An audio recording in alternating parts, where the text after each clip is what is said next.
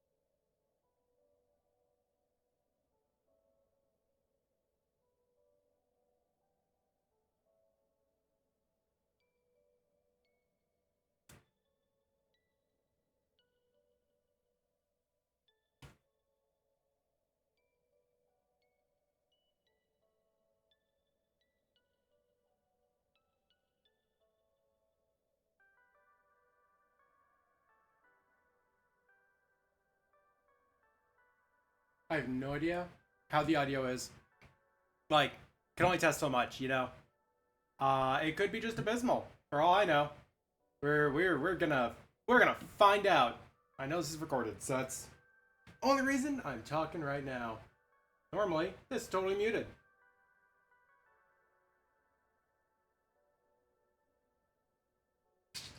Nope, there's cats. Bye, cat. They don't like the smell of isopropyl alcohol. Who'd have thunk it? Crazy world, I know. This mouse is just filled with cork dust now.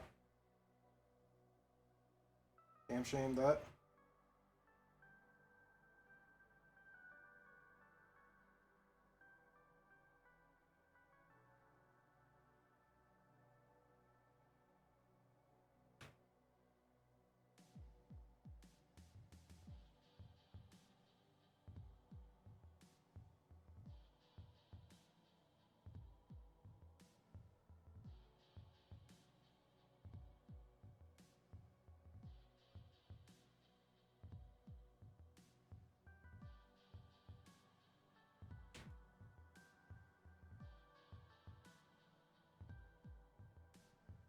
Stretch your wrist, Zay. Alright, stretch my wrist. Doing so right now.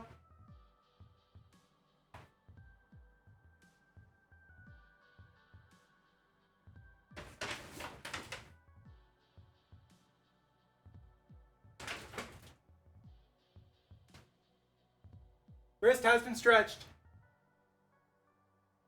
Just gotta give him the couple of minutes for the starting soon stuffs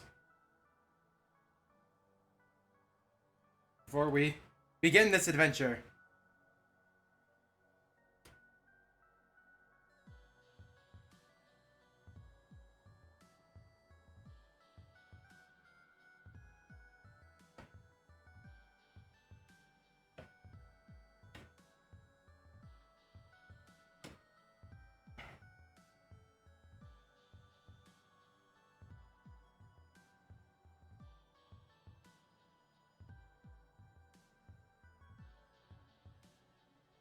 Fair warning, this terrarium looks awful right now. Like, truly, it is a disaster. Oh, I'm ever being a little drama baby? Licking your empty bowl? Yeah, I just never feed you. Let's ignore the fact that I've increased your food portion. She's licking the empty bowl right now. The reason why is because I got near where the wet food is kept. And because I was near where the wet food is kept, that means that she should have been fed wet food. That is the entire logic. That is all. That is everything. So she is insistent that she should be fed wet food right now. And so she's gonna be a little drama baby. Little drama baby. Oh, your ears perked up? Yeah, you know I'm talking about you. That bowl is licked spotless clean. Waka waka. Alright. Cat logic. Exactly. It's just cat logic. Alright, so I guess we should try and get this started, I suppose. I love how I did all of my testing. Like all the camera focusing and everything, and it looked really good. The moment I go live, I noticed my shirt is like neon red. That's annoying. We might do a little bit of last second lighting changes while we're just here. So give me a moment. See how this looks.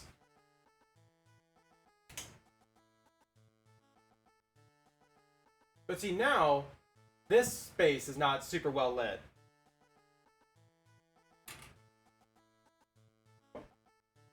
Up that.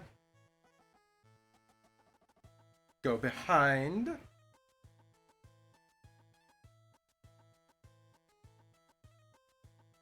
Up that. Turn on this.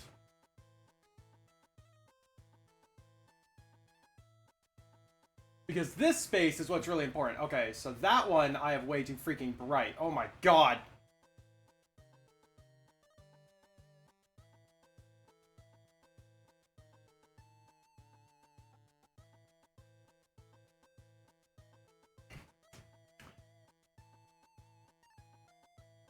But see, now the top lighting is really bad. Like, there's that really strong shadow from right over there. Yeah, I have to turn that upper light on. Okay, I have a solution to this. We're undoing a lot of the work I just did.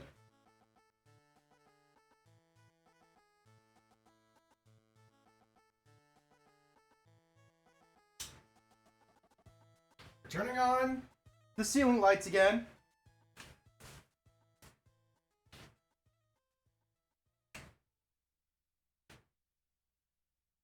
Turn this guy back down a bit.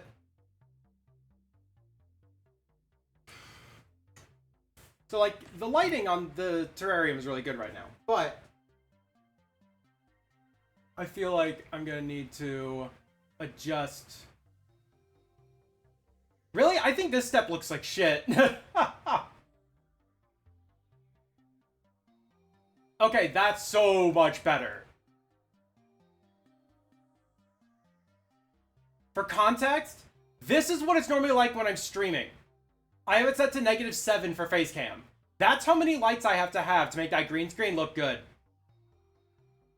This is like normal day use, and this is what we do right now, so we're right in the middle.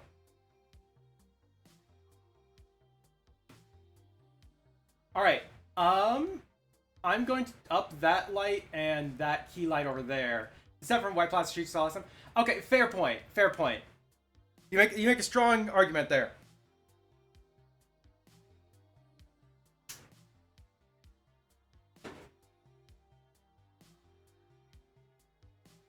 Off of that. Get off that tripod. There we go.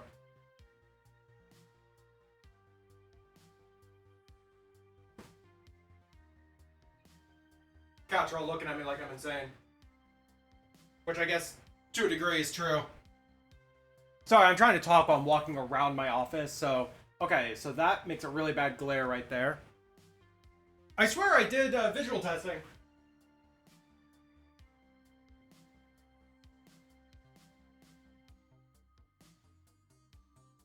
Like, I swear I was!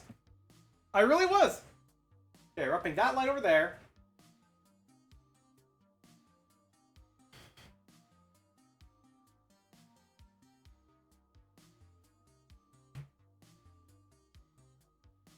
Hopefully that's okay.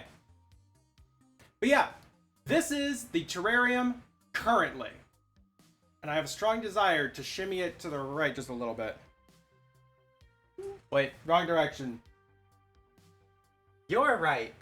My left. So, here is the plan for today. Now that looks so off-center. No, we're putting it back. Fudge it. Put it back. There we go. Sorry, I worry that y'all can't be seen today. Hello. Yeah, no, actually, I can fix that. I have to move that light. I have to angle it like that, and then I shimmy this thing over. Yeah, you know what? We're gonna real quick do some more visual changes. It's gonna get kind of weird looking. Alright, I think that should be good. I don't think I have to move anything, really. Okay. Close enough. Close enough to visible. That's what we strive for here at Zazar, twitch.tv/Zazar. So, here is the terrarium. Here's the plan today. All of this is real cork. This is actual cork bark that is attached to this wall using Pond and Stone Great Stuff fixative. This is an expanding foam that is intended for ponds, aquariums, things like that. So it's animal safe, and it's being used to hold all this up. You notice, it's not on the ground at all. Yeah, it's being used to hold all this up. However, this is not going to be the final look. All of this is going to be covered in substrate, the dirt that's going to be at the bottom, because I want the plants to be able to climb up the back. I want to be able to put plants like in the side here and such. So, we have to attach all of the substrate to the wall. The downside to that, and to this method, is you see how it's shiny? Silicone don't like sticking very well to this. This is something that the silicone struggles a little bit on. It's not like it will never fix to it, and it would probably work if I just applied silicone and just went at it. But it's really bulbous. It looks like foam. So we're going to be fixing that today. And just so it's easier to kind of see everything, let's open up these. Come on.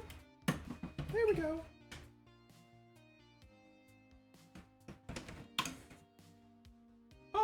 Clear sight lines. So, we're going to be carving this using a very careful use of an X-Acto knife. I have a couple of knives here if I need to. Yeah, we're going to be carving this thing down. One, because it will get rid of the upper shiny layer that's hard to adhere to and reveal all of the nice foamy air pockets underneath. That we can adhere to perfectly fine, and it's totally safe to have, like, you know, it exposed. Like, it's not going to, like, soak up water or anything, because I don't have anything touching the bottom. And it will be a chance for me to carve it and look less like a wall of foam. Brandon just painted an image of your shark Sona going to ham with his teeth to shape and find the foam, because it's aquarium safe. That's funny. That's really freaking funny. I just noticed that this thing is slightly off, slightly at an angle on the camera. That's going to bug me. I'm going to fix that.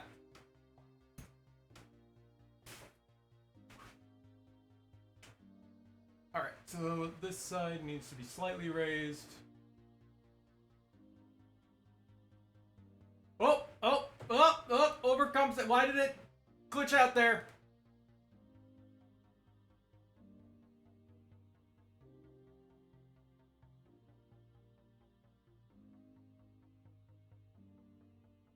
Close enough.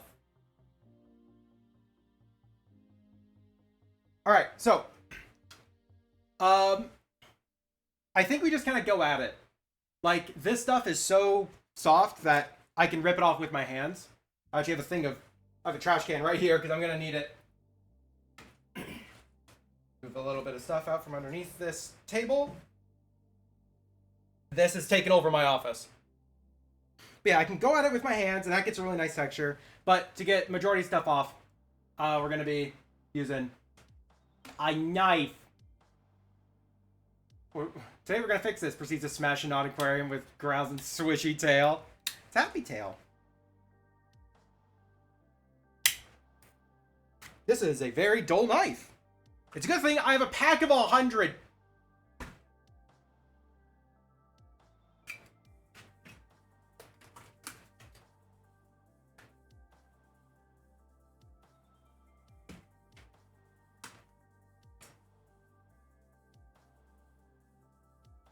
And new knife.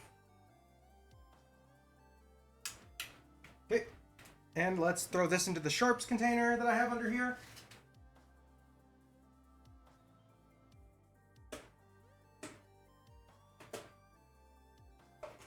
Because you don't buy a 100 pack of razors and not have a safe way to dispose of them. All right. Use all 100 at once, parallel process the foam. Then it'd be smooth, and I don't want it to be totally smooth. We're going to make it look kind of textured.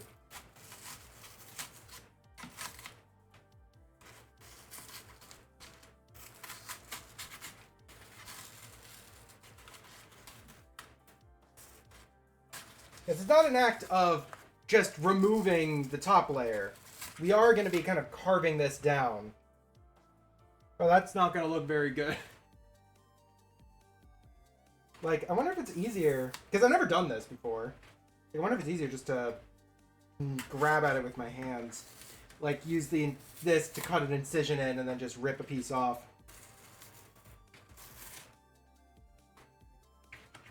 Yeah, that's kind of working. We're going to be at this for a while, y'all. This is going to be a process. We have to remove, like, a lot of material here.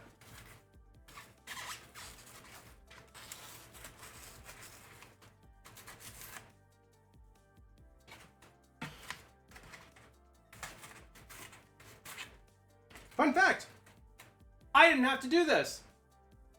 I could have literally got just a pre-made background. The background that came with this terrarium, I actually had to remove because they had a pre-made Edward Scissorhands it. Oh, I wish I could. I wish I could just be done. But no, this terrarium was a full planted everything terrarium. It was all set up, but they had a pre-made background on it, and the bottom was an open bottom, which is completely fine. Like, genuinely, that's actually kind of wanted. I mean, case in point, right? But what they did was they used spray foam to adhere the open bottom. So that way it's like all that space wasn't being taken up by the substrate and everything underneath. So they, it was a lot easier for them to manage. Genuinely, that's a common thing. But they had their spray foam touching the bottom, so it was waterlogged. And when I had removed it, I could like squeeze it and squeeze water out of it. And it's like, this stuff can absorb water. That's fine. But it can't be waterlogged like permanently because it can risk rotting. And that's something I'm going to have to be mindful of up in the water trough too. But I have a plan for that.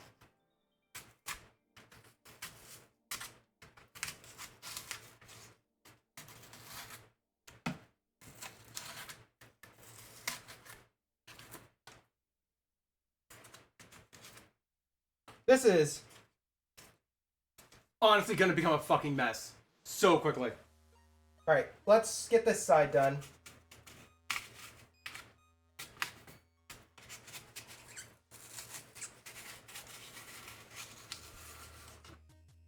I think, honestly, this might be best if I just go slice at it and then I just rip it off.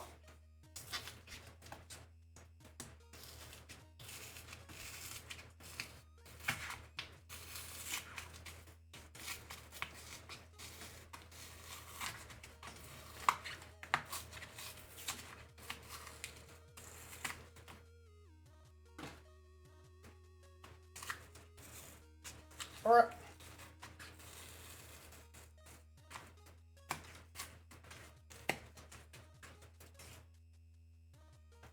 Maybe. I have to be very careful about, like, certain edges are accounted for.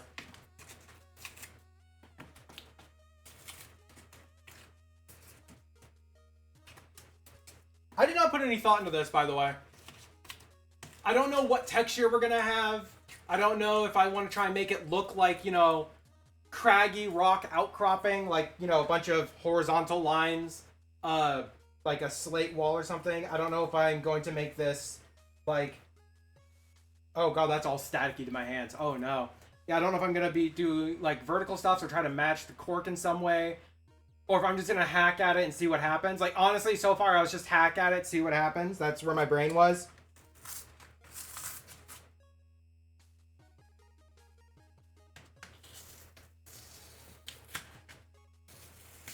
Yeah, see, I didn't go at down here. If you have PC ground wrist strap, that could help. I don't know where it is. I wish. I don't know where it is right now. End me.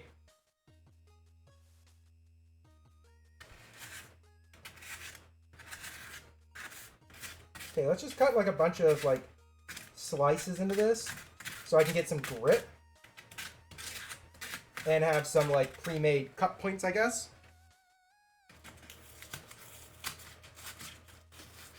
No, that made that way worse. That made that way worse. That is so hard to grip now. Because I'm only ripping off little pieces instead of whole chunks. Which maybe that looks better, actually.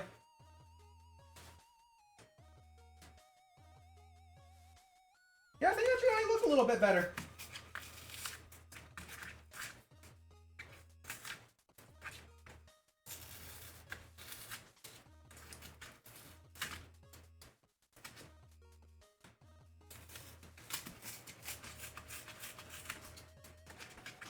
This is probably going to end up with a really vertical vibe to it, because that's where I'm ripping it off. I'm pulling this up vertically.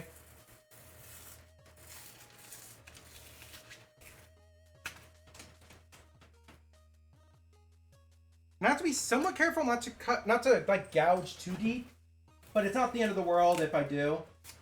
That's one reason why I have that black silicone background.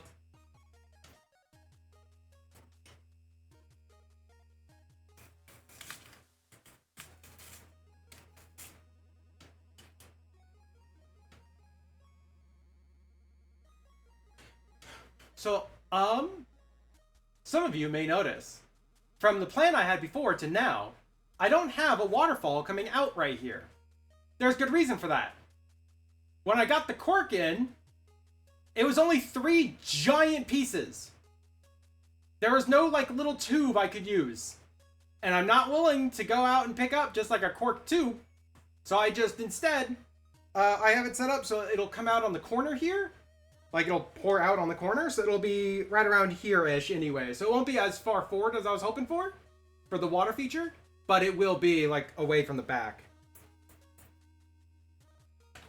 Which is also why I have, like, I don't have much right here, because you can see it's, like, so far out. Just because I don't want it to, like, be lapping up against the back all the time. I want it to, like, be pouring forwards. Not that it's really a problem if it does hit the back a lot, but...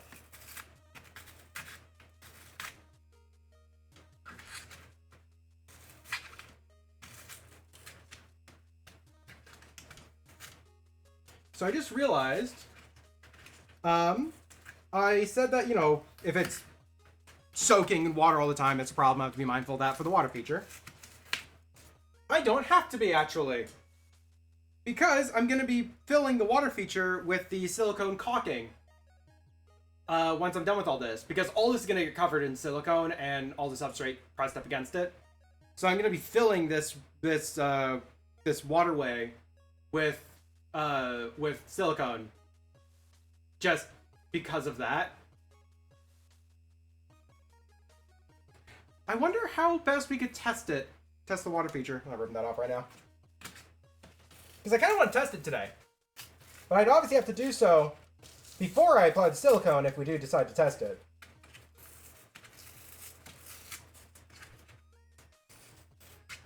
Then I have to make sure it's all dry. That could take a while, actually. That would delay this whole project, actually, pretty significantly.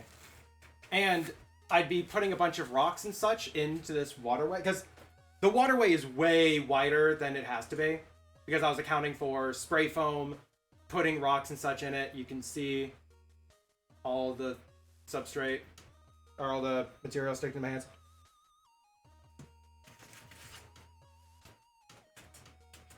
But yeah. It's gonna be interesting. Alright, I'm gonna stand next to the camera and kind of see how this looks with my eyes. How's this texture feeling? All right, that's getting somewhere. Whoop. Kneel down where I don't break much stuff underneath the table. Look, it's like you're working with me. Look at that, everyone. I can't read chat right now.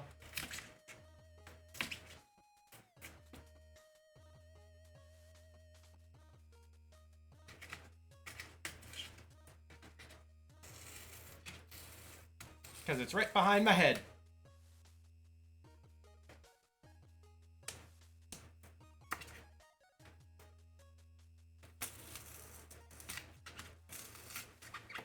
Just caking that foam. We're almost a fifth of the way there.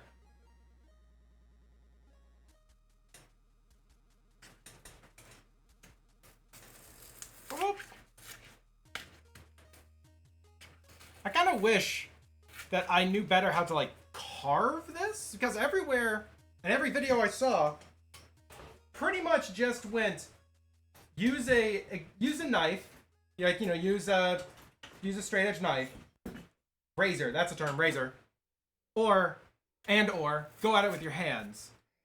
And like, I can't argue that it works. Like, I can't argue that. But my concern here is how the hell do I get the texture I want? I could use a Dremel tool. Like, I have a Dremel with a sanding bit. I could go at that with that. That would be a lot easier and a lot faster. I don't know if the texture is quite what I'd want. It would save my wrist. And it would expedite the stream a lot, but it would be loud. I would not be able to talk while the Dremel's going. But I can go in and pick at it for details. I don't know. Y'all cool with like a Dremel? I don't know. I have no idea. And before someone asks, oh wow, I didn't realize you had a tattoo.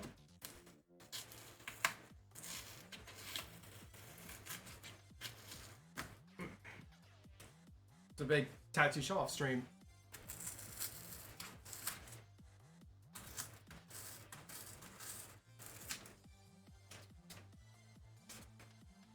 Kind of just taking these pieces out, hold them for right now. I think a Dremel and foot pedal for push to talk would work.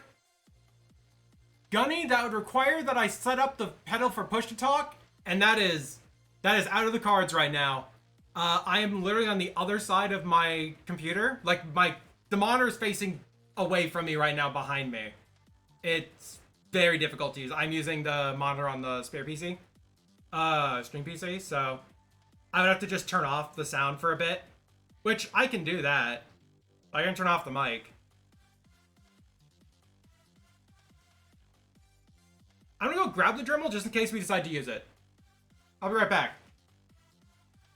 Be good!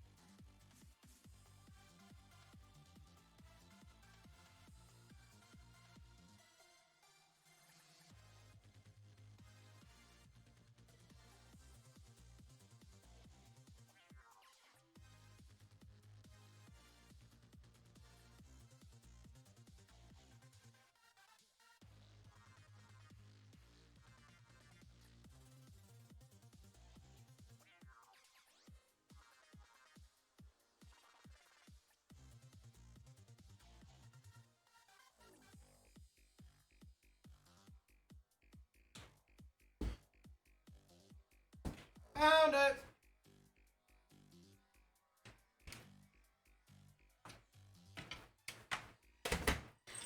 Setting this guy up. Trying to remember which bit I kind of want to use here. I don't really want to use a sanding, so I guess I'm going to have to use one of the wire guys. Like one of the wire tips. Whoop. Probably going to be the best one here. This will make a fucking mess. Okay, these are firmer bristles. Thinking that probably will work a little bit better.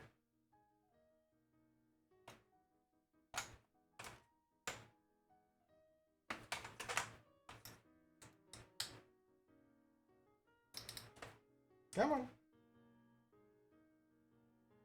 There we go.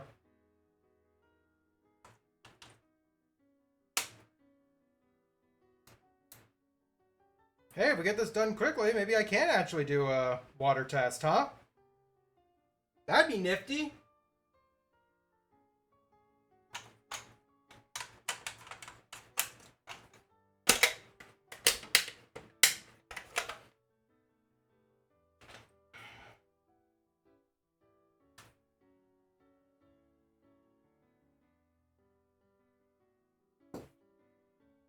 Straighten out the cable a smidge. Okay, that's turned off. I can plug this in.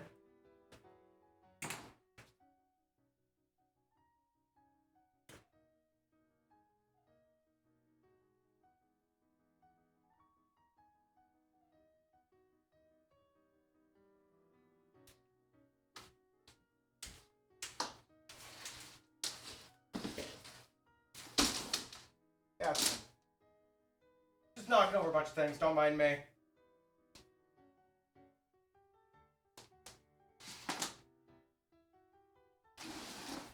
Oh, nope. I plugged the wrong thing in there. Plug you in. There we go. Alright, let's just see how loud this is real quick. Lowest speed, probably is not that loud. Let's slowly wind it up. Yeah, that's not gonna work. Max speed? Yeah, that's not gonna work. Not with mic on. Let's just see if the lowest... I'll let you wait. I'll wait for you to say after you've heard max speed. Yeah, max speed not so much, yeah. It's like, that's probably about the limit of what I think I could do while talking. Let's see how this thing looks.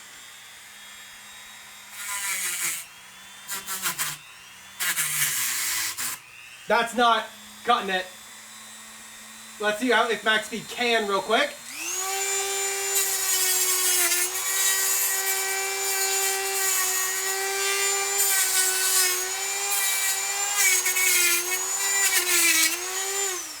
Yeah, max speed can.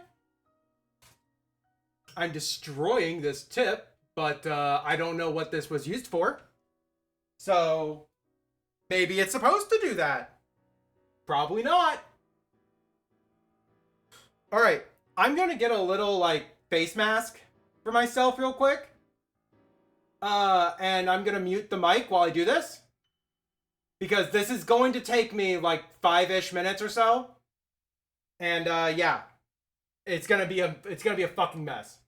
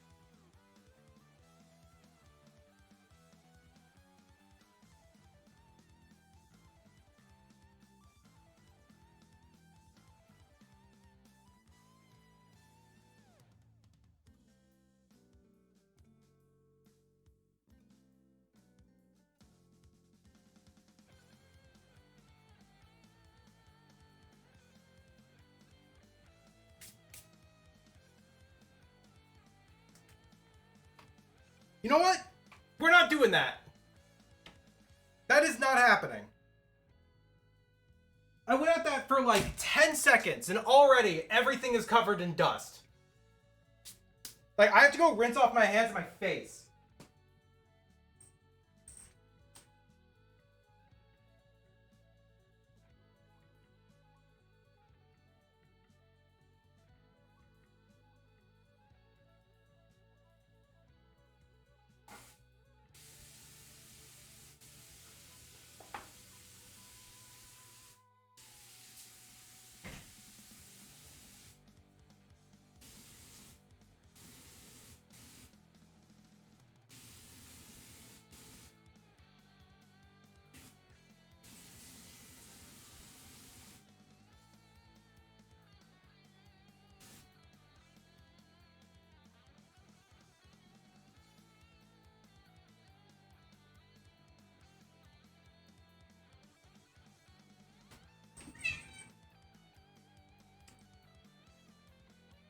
This creature was just eating foam. I'm gonna take her upstairs.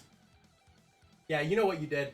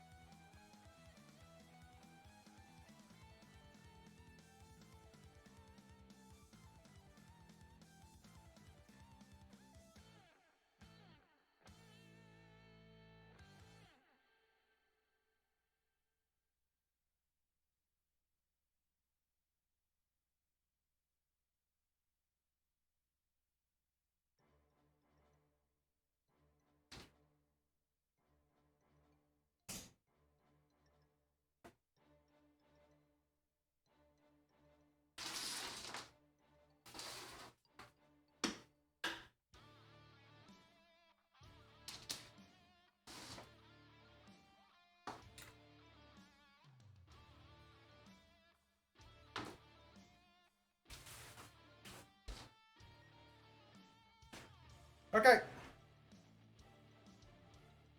Okay. Yeah, an open space and a collection of those would be required, not my office and no hose. Okay, well, that's fun. I guess we just go at it. There's really nothing else we can do.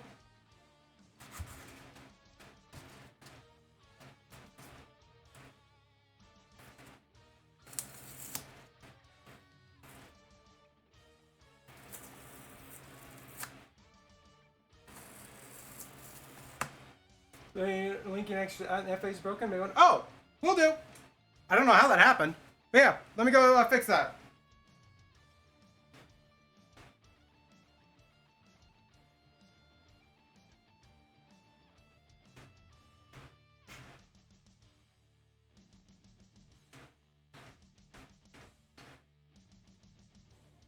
Thank you kindly. It's been fixed.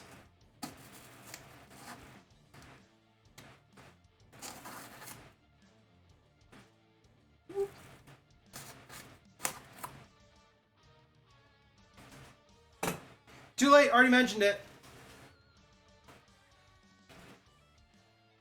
So do you know what's kind of annoying about carving with this tool? You notice the thickness of it.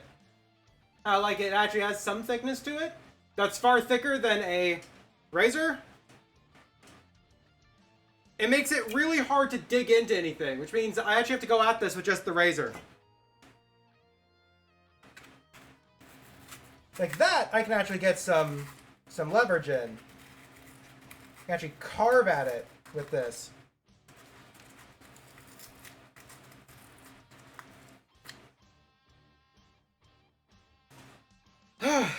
Yeah, this is gonna be the stream. This is gonna be a lot of the stream today.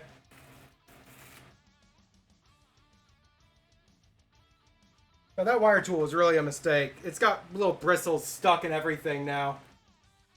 They're pulling out little metal hairs.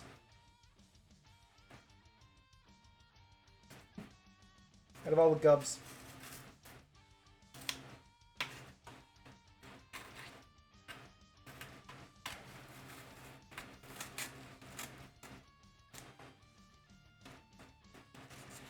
Well, too bad the Dremel tool didn't really work out. Not if I want to stream this.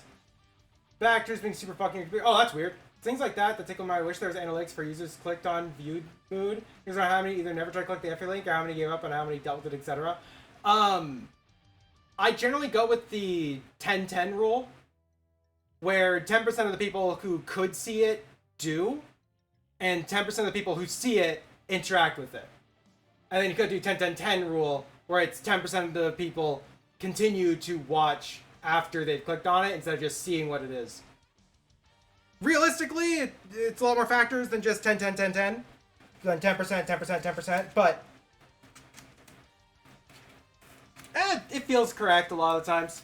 But I think I have, what, 1,700 people following me on Fur Affinity, which means on average it'd be like 1.7 people will view from Fur Affinity. And that lines up with about the average view count that I see for it, or the average impression count that I see of stuff. I say view count, like I can see how many people actually view my post on Fur Affinity. I can only see, like, you know, favorites and comments and such. I think there's not a view metric anyways. I can't recall if there is one. I know there is for some features.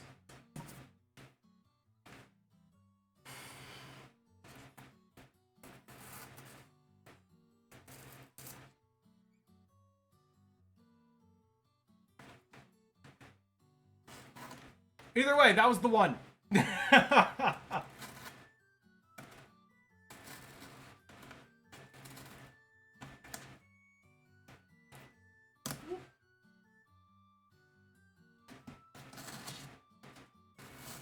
So I'm going to try and carve this generally in this downward slope, because this line right here I can't really get rid of. Oh wait, try to figure stuff when I see it. Nah, favorite stuff that you want to go back and look at later. Like, that's how I treat my favorites. I'm one of the few people online, it feels like anyways, that will curate my favorites list. I will go back through my favorites list and I will remove favorites. Like, genuinely. Like, I have favorite commissions I get from people because I like to go back and look at them. You know, I'm a massive egomaniacal maniac, so.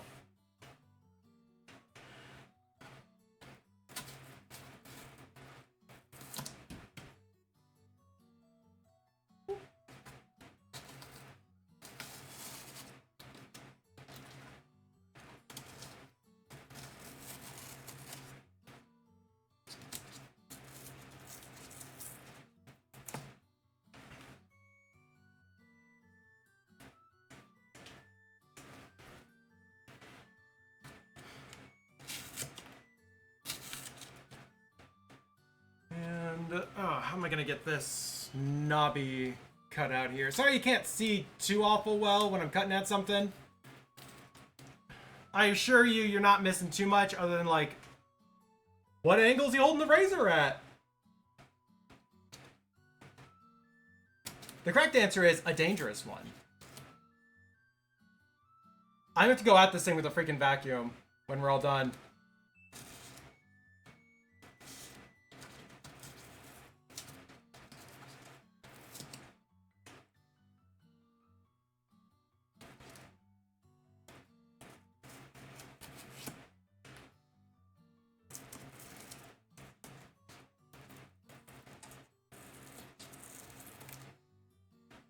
See, it's starting to get kind of a texture I kind of like.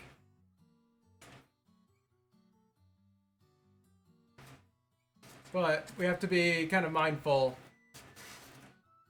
of the overall shape. Not just texture.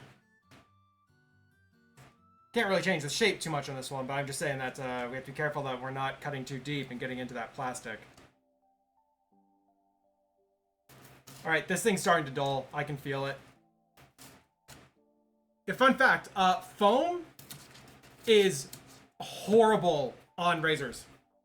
Foam will destroy a razor so fast. Foam and silicone both are awful for razors. And guess what I have here?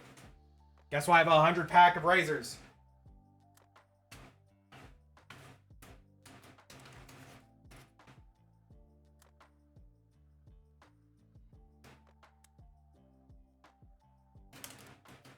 Probably done like 80 at this point.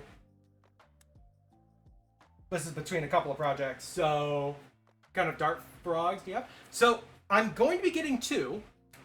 Well, I can't say which ones I'm going to be getting because it's still slightly in the air. I'm gonna throw this into the sharps container I have, but one second. Mostly it's slightly in the air due to availability. So what I want in here is two giant cobalt. I keep saying cobalt like the little lizard dirks. But no, cobalts. I want two giant cobalts. Because they get to around 2 inches long, which I think would show really well here. They need about 10 gallons per. 10 gallons of space per. And this is a 29-gallon terrarium. I'm eating up a little bit of the space with this, but it'll be very heavily planted afterwards. I have all the plants in tubs right next to me, and they're fucking gorgeous. So I'm very excited. But, you know, it's a 29-gallon terrarium for them, so they'll have plenty of space. And so it's like, I have everything that they need. The problem is that giant cobalts are a little bit harder to find unless you look online. And I have a source online that I can get them from. They're available. They have the ones I'm looking for. Everything should be good from them. However, they don't ship to you. Like, they will not ship to you if the temperature expected in that week, in like the total shipping time and then a couple days, just in case, will ever dip below a certain threshold or above a certain threshold. I won't be getting these frogs for a month, putting us squarely in December in Minnesota. Now, we generally don't get the super, super cold weather until like January, February, but I can't be certain. So it's very likely that I cannot get the frogs from the online order. Because it's just, there's a chance they just die in transit. Like, genuinely, there's nothing to be done about that. So, I have a backup. Which is why I say maybe. I have a backup. There is a reptile expo happening in Minneapolis on the 19th. So I'm going to a reptile expo in Minneapolis on the 19th. I live in Minnesota. I'm near Minneapolis. If that says anything, why I say names. But yeah, I'm going to this reptile expo, and I'm going to find if there is a dart frog breeder or anyone with these dart frogs available. Because since this is a local expo, once I'm able to pick up the frogs, I might just be able to drive to their place and pick them up. Turn a 3-day up to 5-day trip in like maybe negative 10-degree Fahrenheit weather into at most a couple hours in a car. Like, I put them inside a cooler in a container, 2-hour drive, get home, put them in the terrarium, safe. So, and if that's what I have to do, and there's someone who just has regular cobalts, because regular cobalts are like about yay big, I'll get 2 of those instead. I will happily get 2 regular cobalts. Cobalts. I keep saying the names. But yeah, I'll get 2 regular cobalts. If that's what's available. If there's someone who has giant cobalts, and I'll be asking around too. I'll be finding if anyone has giant cobalts while I'm there. Or anyone knows someone who does. But you know, if I have the ability to get the giants, I'll get the giants from someone locally instead of getting them online. Just again, frog safety. On the off chance. So yep. There you go. That's what I'm going to be getting. 2 giant cobalt dart frogs. I was going to get orange black-footed P. terribilis dart frogs. Because they are the most toxic ones. They are very big for dart frogs, and they have a very pretty color to them. Like, they're bright, vibrant orange, and all their feet look like they stepped in ink. And it's like, it's really cool looking thing. However, I found out that P. terribilis is so loud, you could probably hear them upstairs while they call. And I'm keeping this in my office where I'm streaming. So I had to not get those ones. And I kind of want larger dart frogs because I have all this space. And I know this is going to be a well-planted terrarium. I take very good care of the plants and all of my tank pet stuffs. And they're big. And I want to be able to see them and to appreciate them more often. Which is why I want the giant cobalt, not a regular cobalt. But we'll see where the cards lay.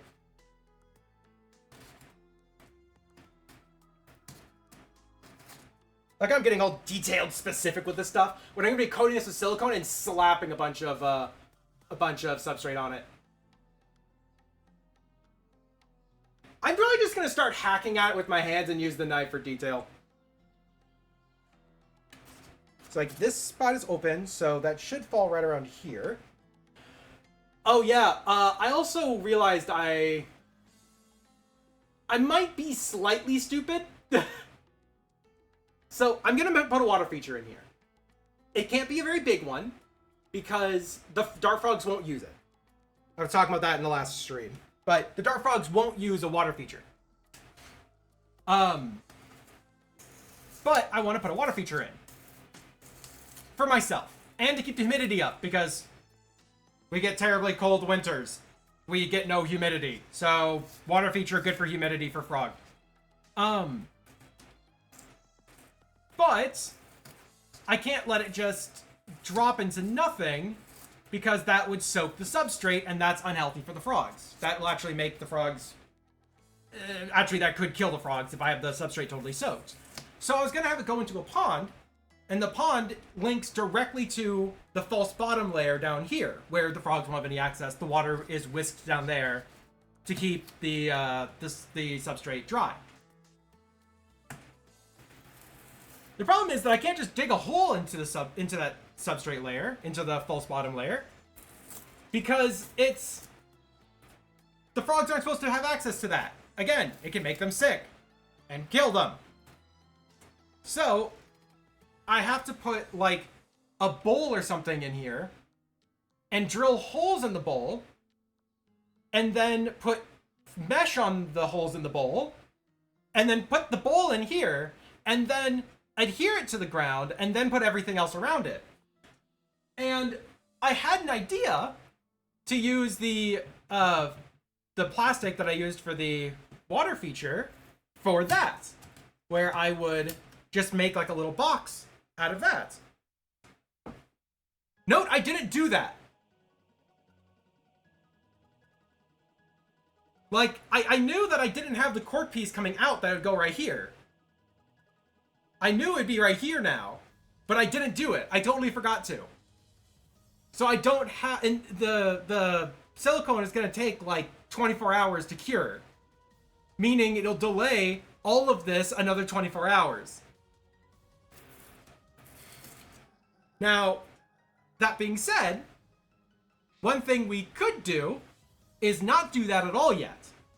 Do the entire background, like put the substrate on it, everything, get the water feature working, find where it's going to go, and then put the material in there. Or I can just go up to our store, get a plastic bowl that's, safe, drill a hole in the side, because I have the tools to do that, and just adhere that with silicone to the bottom and as I'm filling in the rest of the substrate stuffs. Like, genuinely, I don't have to make it this big, complex, over-designed big deal. I could literally just use a plastic bowl.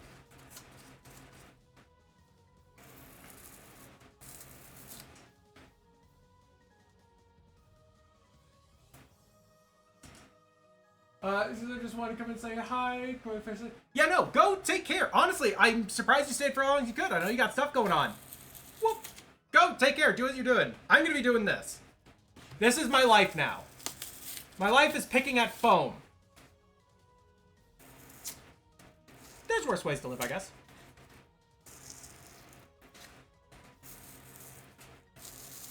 Ah, the corner that's visible now. I kind of want to hit that with the razor just to make that not sharp angled, which I'm going to. I'm going to razor blade it. Can't stop me. Can't stop me now.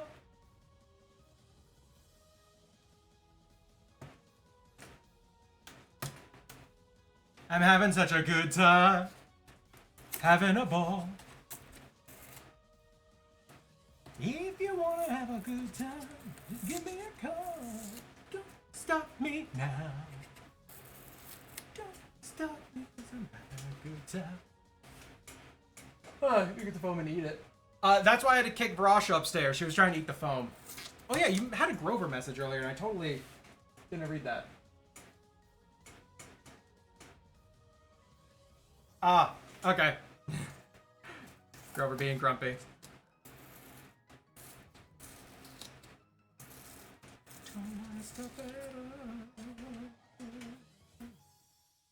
I'm a rocket ship on my way to Mars in a collision course. I am a satellite. This full low spot is actually really hard to get a good grip on and actually like get at it. It's really annoying actually. Why have I done this? Why did I do any of this? Why am I getting dark frogs? Like, I started this project because I had some spare glass. Do you know what I used that spare glass for? Roof. Like the top of this. That's it. That's it. Everything else I bought for this project. Why am I doing this? This is so much dust. Let's just call it artistic expression at this point through the use of animals. But like in a healthy and positive way for them. Because, you know, I'm not treating them like freaking art projects. And I am getting frogs because they're pretty. But, like, that's not unfair. You're gonna be living in a freaking mansion.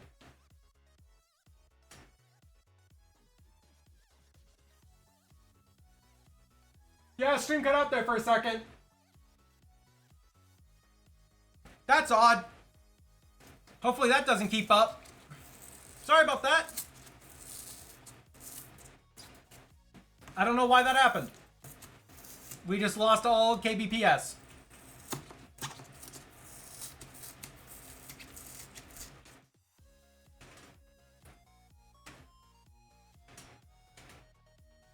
All right, one second.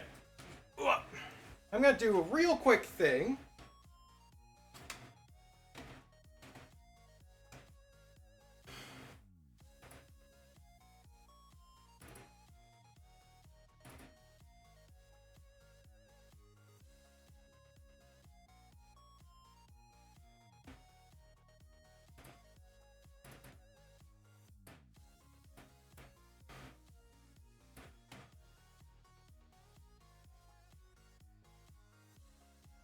All right. So, because there's a good bit of this stream, I can't see the chat, just with how I have my stream stuff set up. There is a mod-only command called exclamation point voice test. If you do voice test with text afterwards, Win reads it off. If something is happening, that can be used, again, only by a mod to let me know. Because Win will yell at me. Just want that to be said. Because, like, I'm obviously right here looking at this direction. Low energy. Testing the test of voice test to test the voice test. Yeah, like that. Yeah, literally, the chat is directly behind my head. Actually, I'm gonna remove the low energy part of that real quick. Like low energy, high energy.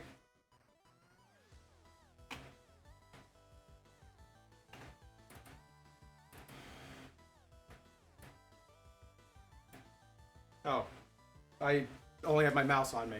1 second. Oh, what's that frame rate doing? Oh, that's right. 1 second.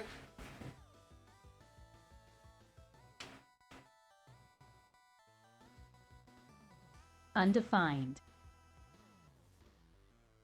All right, that should be good.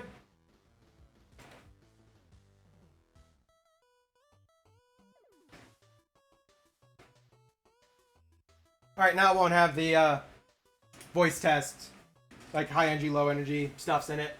Wants to behave. No, I can't do funny voice tests, and that's why it's bot only. If you want to do text to speech, that Yes costs. to confirm. There you go. Yeah, if you want to do text to speech normally, that costs bits. I don't know what the threshold is. I'll be honest. I think we set for like 50 bits or something.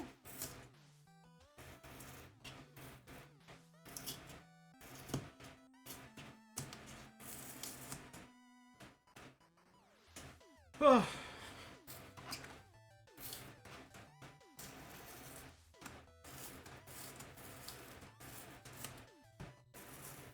right, let's try and pick out this bottom space here. Yeah, it's working. Oh yeah, Gunny. I started to poke at Win 4.0 just on a lark, which is going to be people can ask Win questions. It pokes a text, like an AI chat generator, gets the message, sends that to a voice system that I'd be building, like a voice system I'd be like making the voice of, and they would read the message off so people can interact with Win. I started poking at it because hey, it might be kind of fun. I went about like 30 minutes. Yeah, roughly 30 minutes of looking into stuffs, which led me down a rabbit hole of like 2 hours, and I have literally zero progress, so fuck me, right? All I know is that I don't know what the fuck I'm doing. But yeah, it's like API calls to a system that I can't find the API key for, or the address that I need to ping for the API stuffs. It's like, god damn me. Why do I keep wanting to do shit that's way too complicated?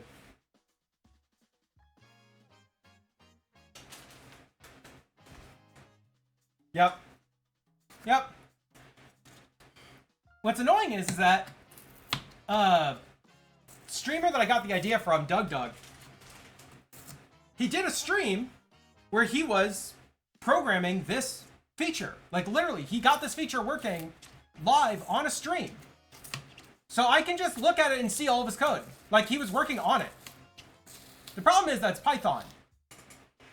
And it uses a stream bot called StreamerBot that can run Python code and do complex API calls, which I think, yeah, Sammy can do. It can, I don't know if it can run Python, thinking about it, but it can run API calls. By the way, I'm not saying any of this to be like, tell me what to do. I'm saying all this because this is just what I learned. It's a fascinating thing, right? Like it's fascinating to hit the limits of my program, right? But yeah, Sammy can do API calls, but it requires the HTTP address that I'm doing the API calls to, which, you know, logical, right? But the system that does the voice modulation isn't, I can't, like, it doesn't fucking tell me what the HTTP thing is. In fact, it doesn't even tell me where the API key is for the system. I was like, why? Where is this? Fun times in making Win the most annoying complex bot in the world.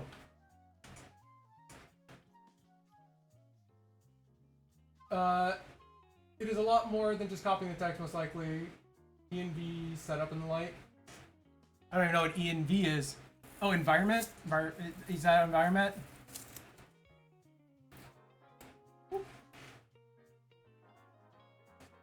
See, again, limits of my knowledge. But yeah, no, I recognize that it's a really complex thing. It's just the thing that's like, I know what the order of operations are to make it work. I just don't have the knowledge to take the order of operations into actuality, which is a fascinating issue to have for me. Whoop. Try not to smash my hand into this if I can.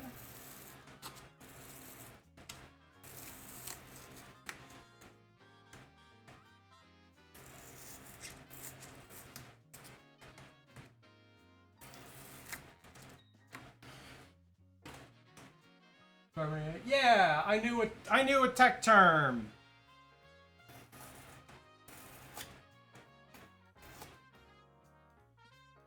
Yep.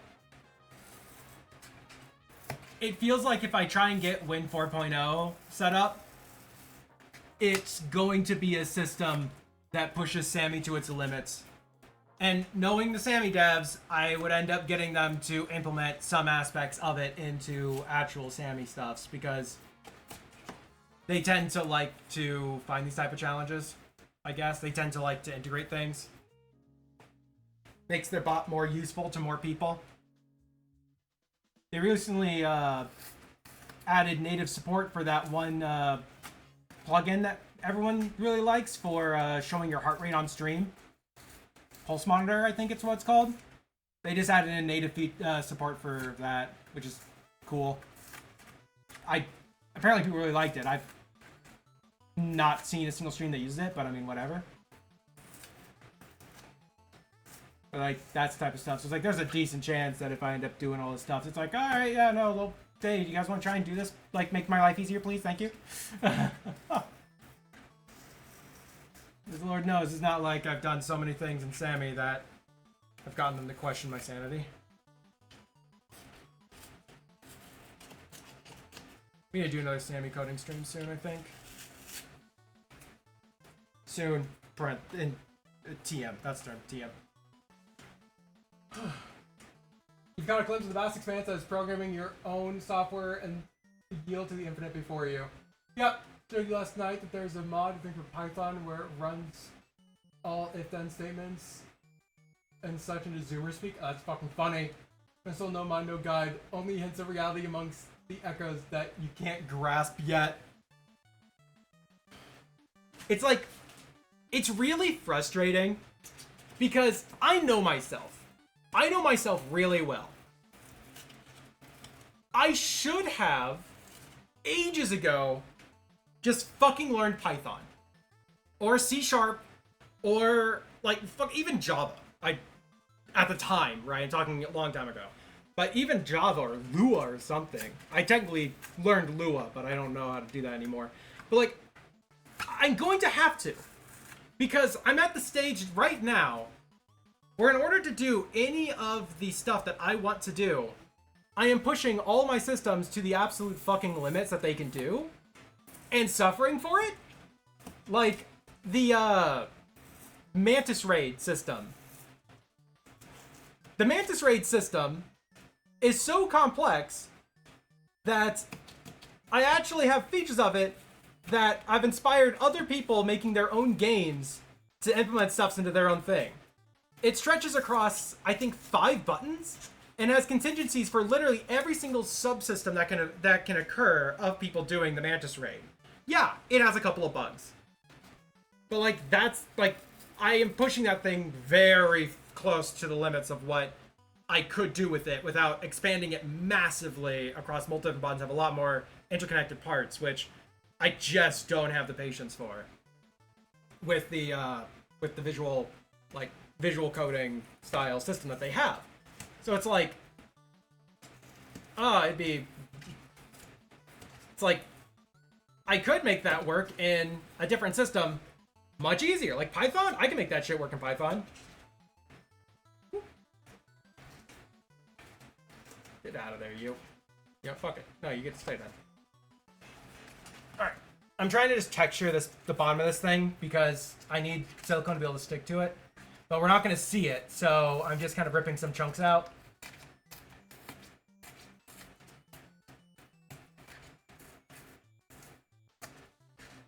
Anyways, what I'm saying here is that I'm about this close I have to do wide fingers because I'm not that close, but I'm about this close.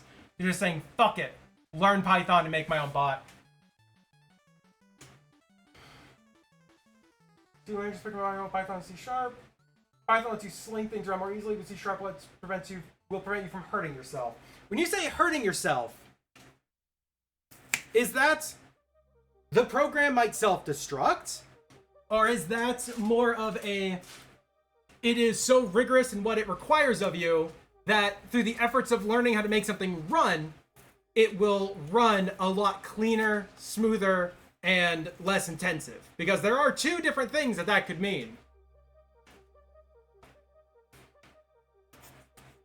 Because I already know if I want to add in a new feature, it might take me like a good few hours. Like, let's say I know what I'm doing, right? It'll take me a good few hours to get it set up proper, let alone tested. But, and that's with like this stuff. So I know with Python, it'd probably take the same. But if it's something that's super intensive, it's like, ugh.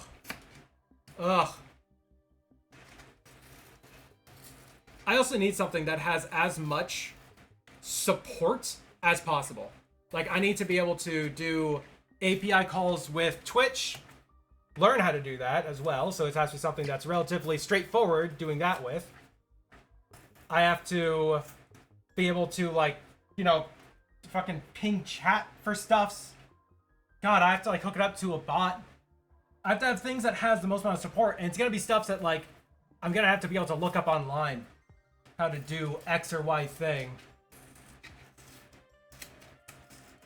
And I know Python's capable of doing a lot of this. I don't know if it's capable of doing all of it, though, least easily. Huh. Python lets you write anything and it will run until it's an error, including things you don't want it to or expect. C# prevent you from doing incompatible and impossible things and guide you with documentation. Gunny, do you know what's interesting is that I know you well enough. I know you well enough where I can tell that that is like a lot of like, gosh, what's a good way of phrasing it? That is a sharp learning curve, right? Like, I can tell literally just by that description. C#, very sharp learning curve to do things with. Now, granted, it's a sharp learning curve, probably a shorter learning curve, because I will have to make things that work for C# versus Python. Because with Python, yeah, I got it working, let's go, and I get something that works, and then it messes up, and I don't know what messed up. Now it's gonna take me forever to figure out. All right, I'll know to do that, not do that again in the future. Stuff like that. But with C#, it's like, yeah, I knew never to do that in the first place because the shit wouldn't even run if I tried. Here's how you do it correctly. So it's like, it'll take me a lot longer to have something usable at the end, but it'd be a better thing at the end. Which again, I'm talking about this as though it's a preventative measure to stop me from having to do this shit later on, so that might even be freaking required.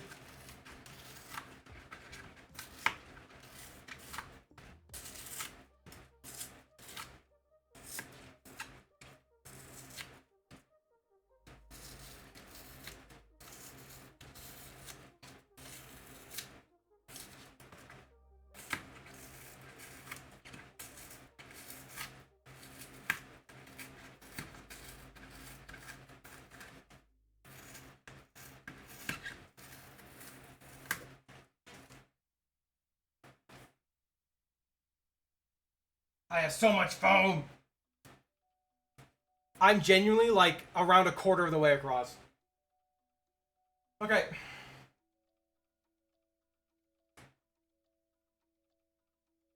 I'm just reading this thing to myself now.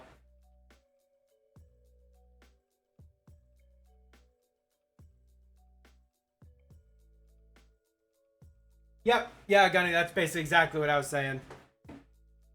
And who knows? Like, I'm not exactly in a position where I can do anything, right? Like, I don't have the free time to sit down and learn how to code.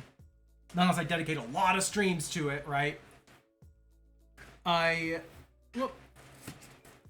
have so many other things going on like this. And at the end of the day, the bot works currently. It's just I can't do the big things, the big new improvements yet.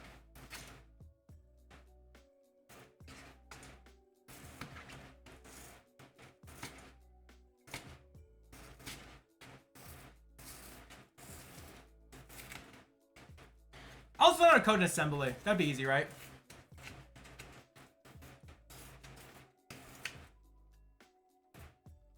Give me the most strength. There we go.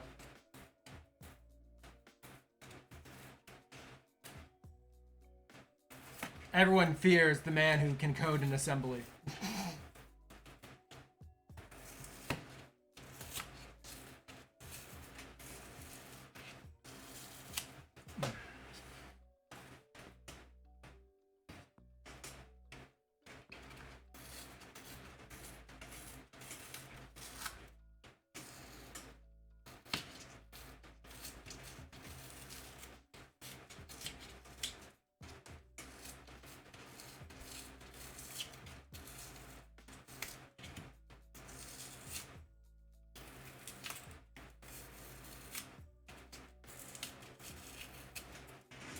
For all people who don't know what the hell me and Gunny are on about, it's like learning to use a really, what is it? It's like learning to drive on a automatic versus a manual.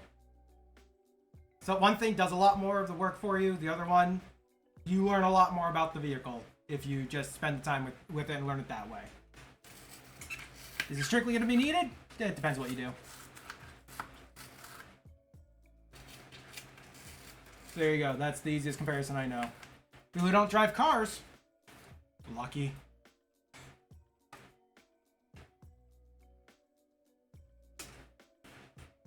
Okay. It's like all of this, like from like here down over, all this feels good. I can add a little bit more.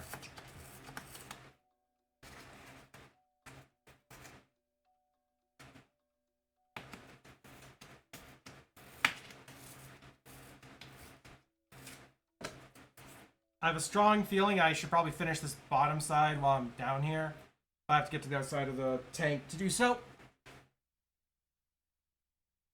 Moving around at the speed of sound. Ooh. Hey, maybe I can actually look at chat easier.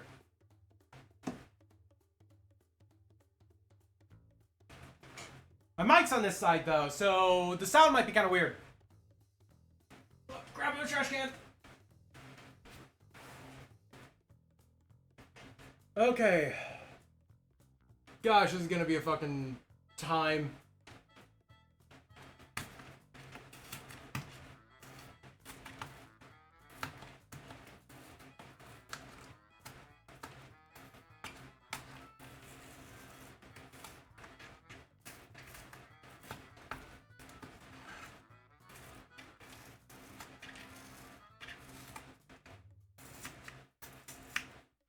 It's like there's just so much foam. This was over a can of foam. I bought 3. I genuinely was expecting to use 3. So the other ones are going to be used for Warhammer terrain. Because look at this, it carves so nicely.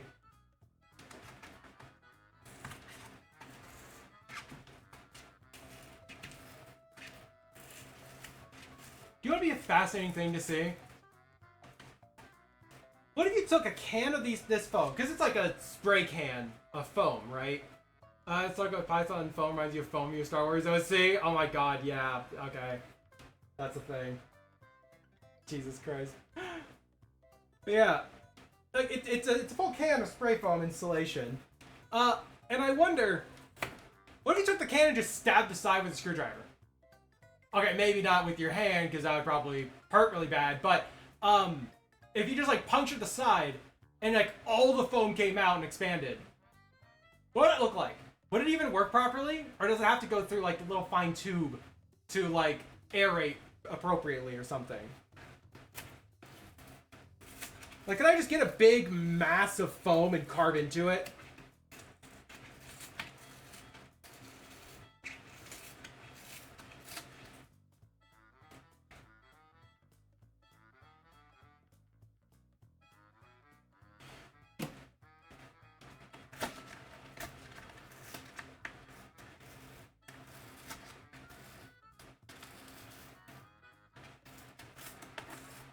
Like I'm doing a lot of this blind. I can't even see what I'm doing. I'm just finding a spot that has some like raw foam on it. I'm just ripping it.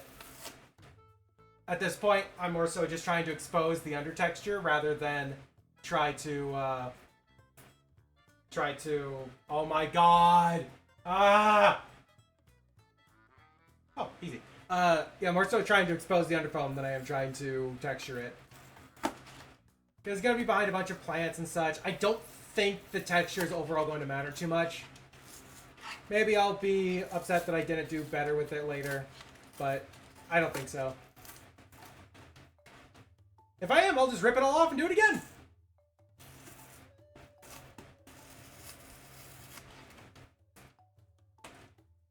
Oh, I just noticed a spot I missed right here.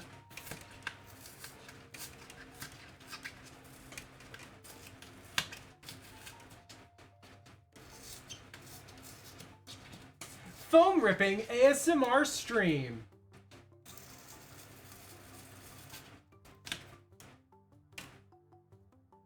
There we go. I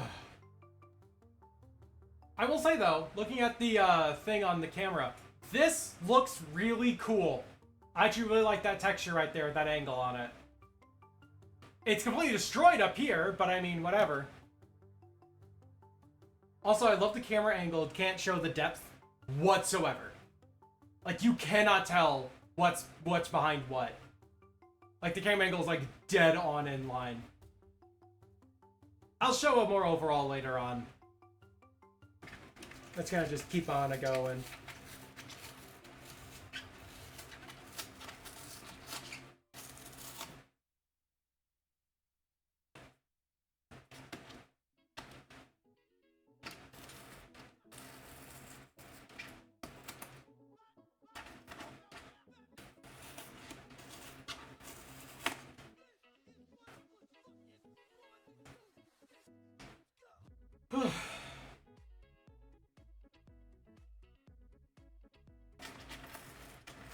Adventure!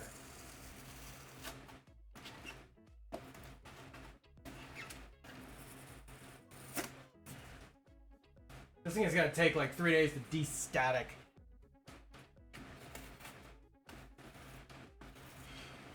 Gonna have to spray it all down with water just so it's not statically charged. Put this from a different angle. Oh yeah, no, I'm missing a lot in here.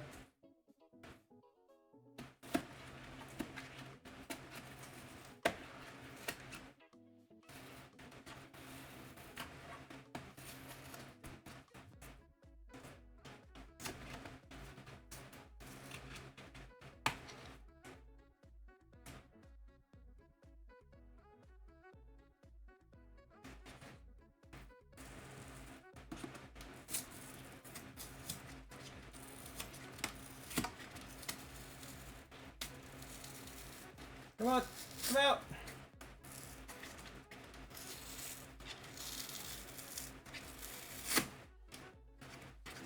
Ah. Ah. Ah. Oh.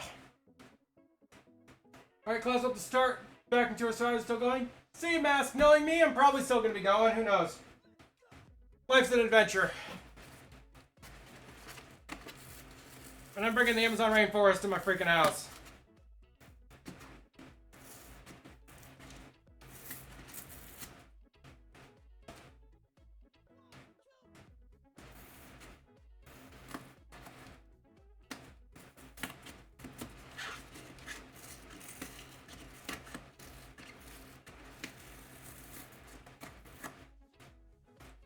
So fun fact, this big piece right here is mostly hollow.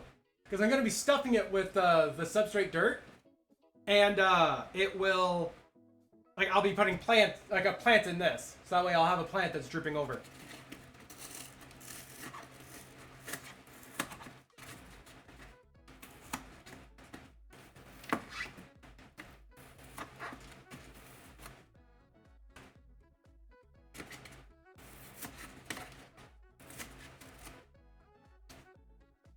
Alright. This bottom section is pretty much done. Oh wait, this wall. I'll probably have to poke at the wall later on, just so I can make sure that texture is really consistent. All right. We still have all this on the back to do. We're like halfway done. We're like halfway done with the ripping and tearing. The most boring version of Doom I've ever seen. Probably not helpful to have the trash can in front of the camera there.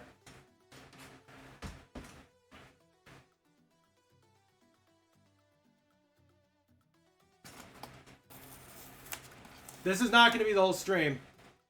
We're going to be doing this. I really want to test the water feature. Like, I feel like my best chance of making sure that the water works, the water feature works and doesn't have any leaks, is before I attach all the substrate. Because then I have a chance to use the silicone to patch holes to test, to use the silicone to patch holes to test, use silicone, patch holes, test, and I can do that. And then once it's all done, coat in silicone, put the substrate on. Because once that substrate dries, like once I tackle silicone on the back, attach the substrate, it's dry, right? It's all attached, done. I layer the bottom with the Leica clay balls, make sure I have enough of them. If I don't, I'm going to the store.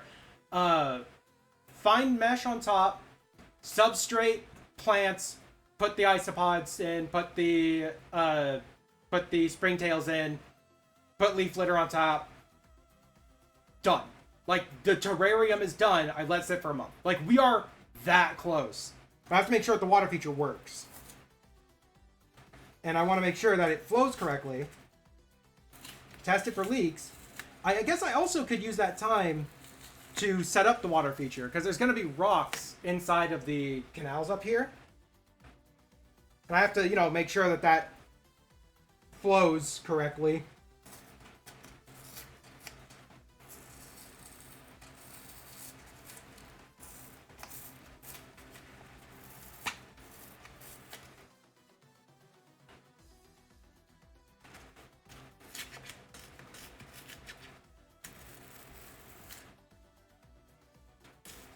Yeah, we're going to be here for a bit. We're going to be here for a bit.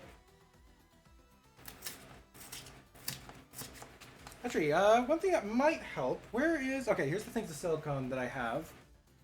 Does this say it has to be totally dry? Get off my hand. Here's the razor blade.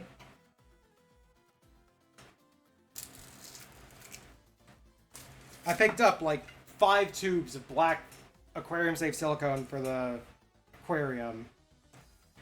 Directions: number 1, surface should be clean and dry. Literally number 1. First step, should be clean and dry.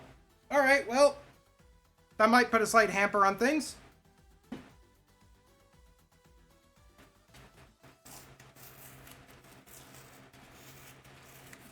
Hooray.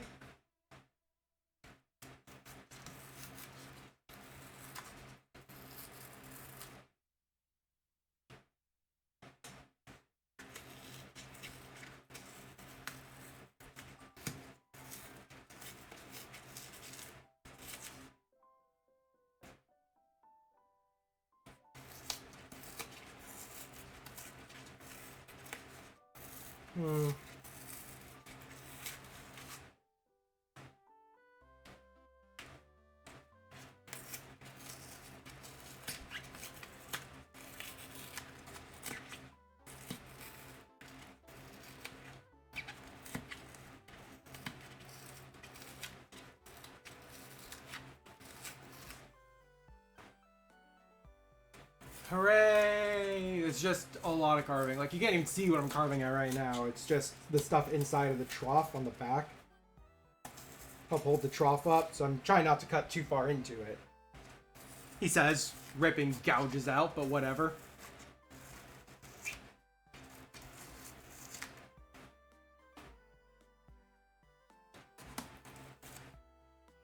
Yeah, I just realized I don't actually know how I'm just going to secure the tube in the hole over here.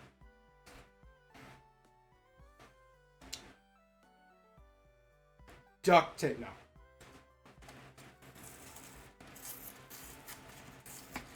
Who knows? Might even just use more spray foam or silicone. Silicone is not a bad call.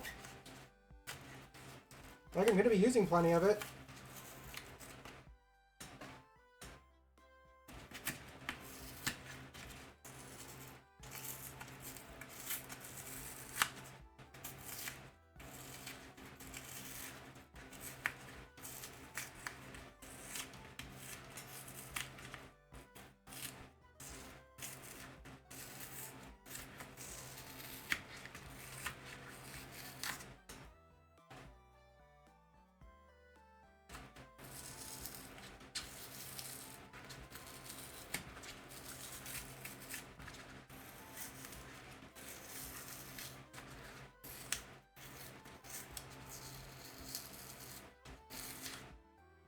Well, it's at least looking a lot less like spray foam,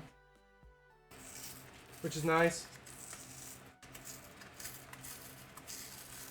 Oh, and I noticed something that's really annoying and possibly kind of bad. There's a hole right here. The general rule of thumb is there's a hole that a frog can get into, they're gonna get into it. If it's a small enough hole, they're gonna get stuck in it and die. So, that... See what I mean? I'm gonna have to fill that with silicone later.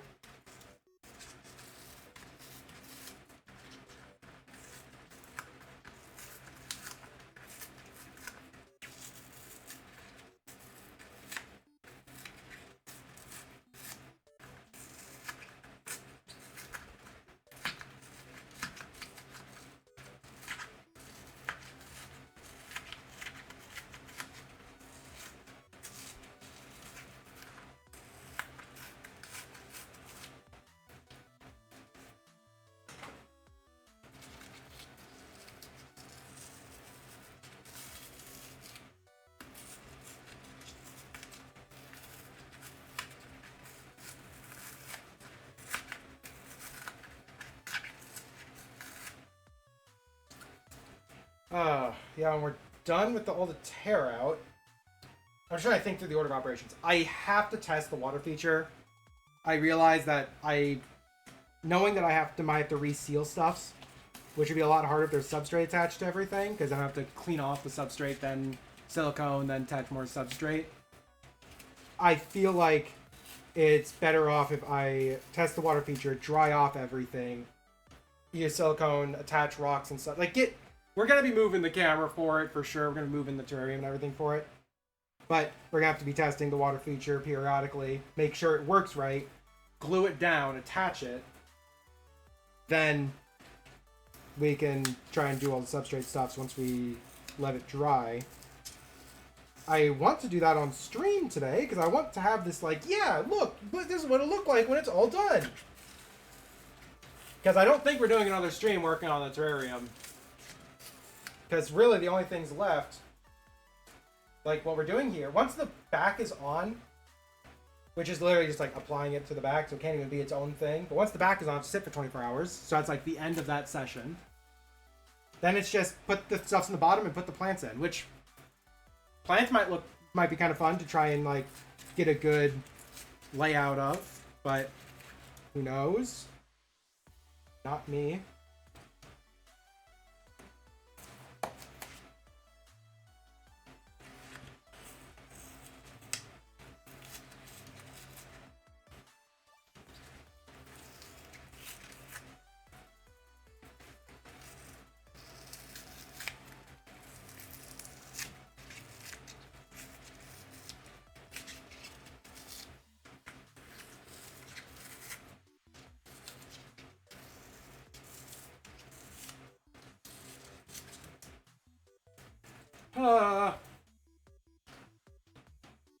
What am I doing with my life? Getting frogs. It's starting to finger joints are starting to get a little achy because of how much I have to pry. This is why I'm using my offhand, not my main hand. Also, just the angles are better for it. Because I can see easier.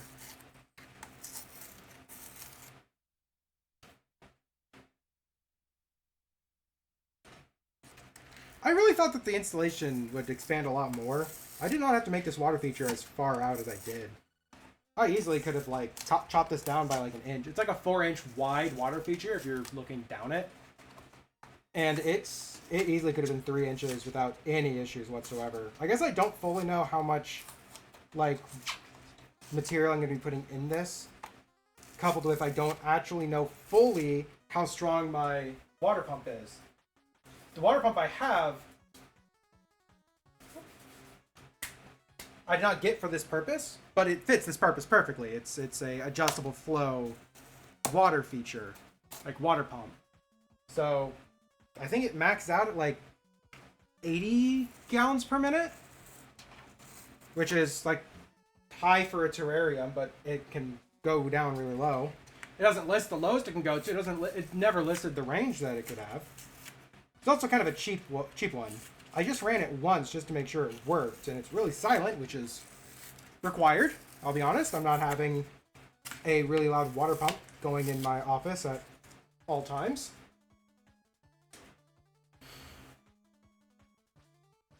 This is abysmal. It's just static.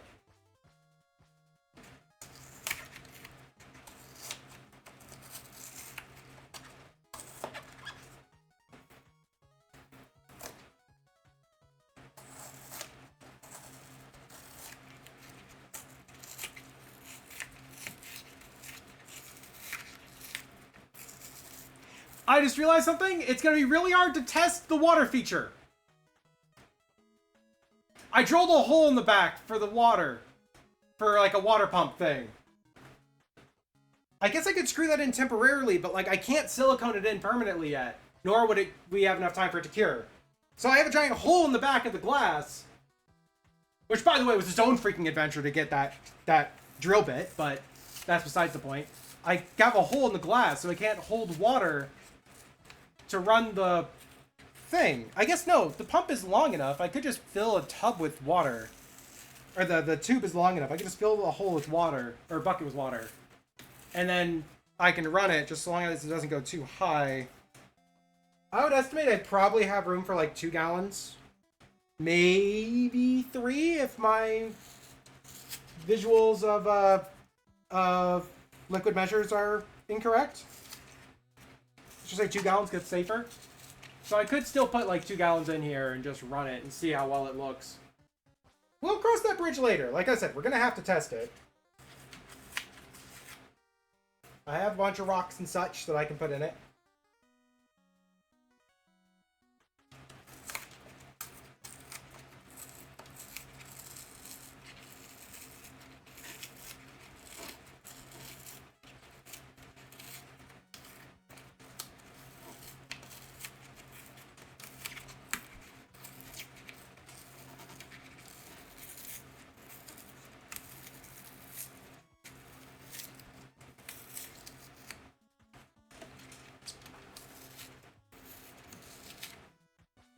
I love how with the lighting, this area is a lot harder to distinguish where the cork and the wall are.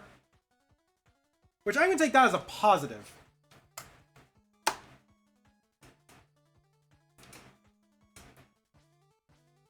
Very happy that I secured this box super well because this is warping. Like it warped a little bit in the drying process, curing process.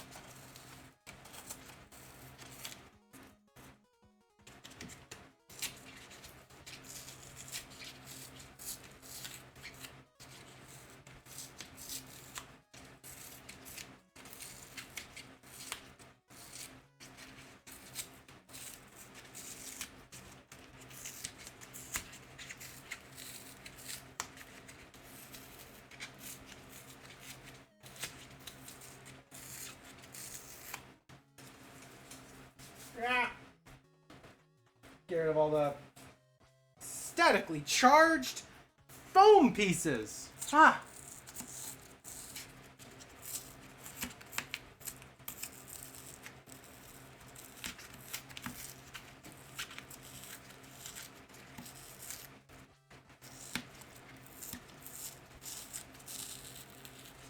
Come on.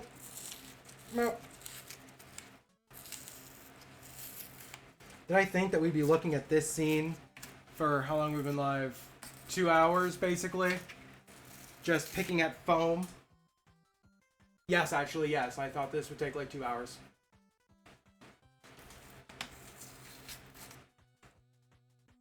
Doing this today instead of tomorrow. Because tomorrow is the fundraiser stream for Ken. And I didn't want to have to do this during that, because then well, I would feel bad.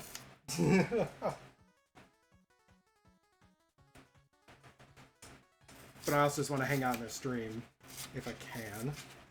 See how it all goes.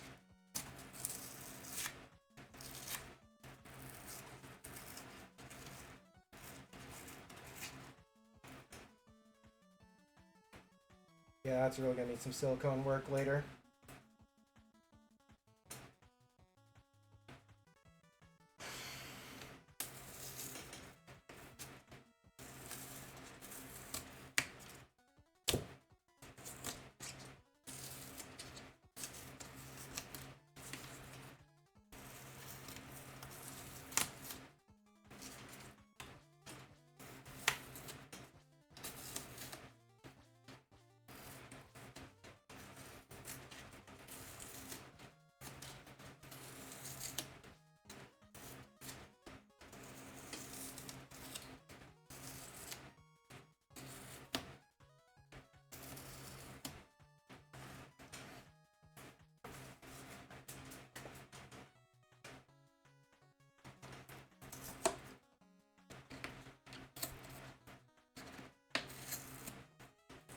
Don't have to carve out too much in here because it will be covered up with substrate.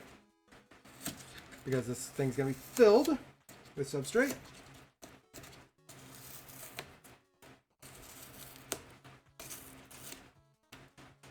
Just reasonably filled.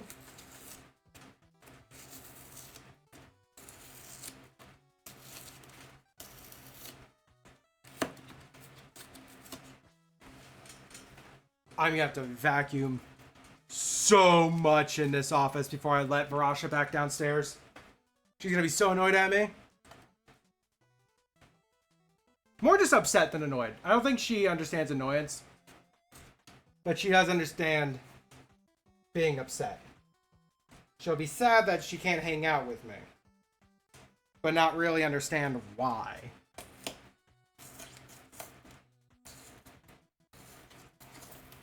Varasha's literally asleep on her tower right now. Did I see Varasha? Bravalian. I'm so used to Varasha being the only one in the office. Because Merv just doesn't hang out so much anymore. Because kitten energy is annoying to her.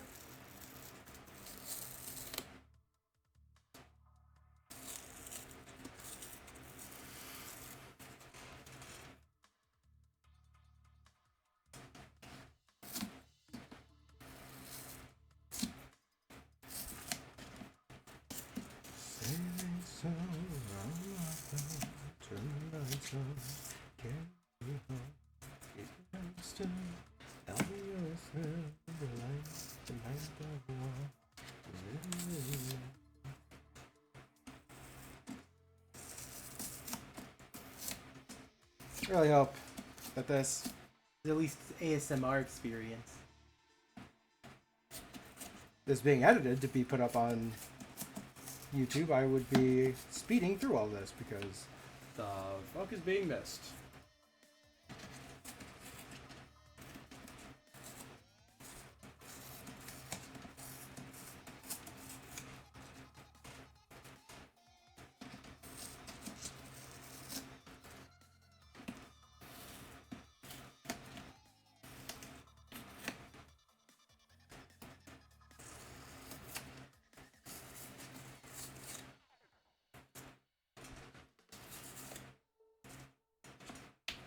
is that this last wall done, or last wall left to do, and this will be ripped out.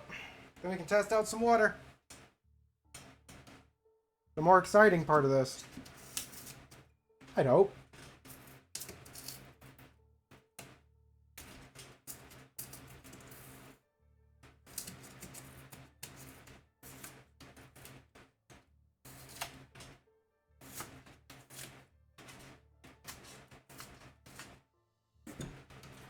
Okay. Grab the trash can. We're gonna have to move this over. And do this from the ground over there. Or something. Oh, quick snack break. Snack water break.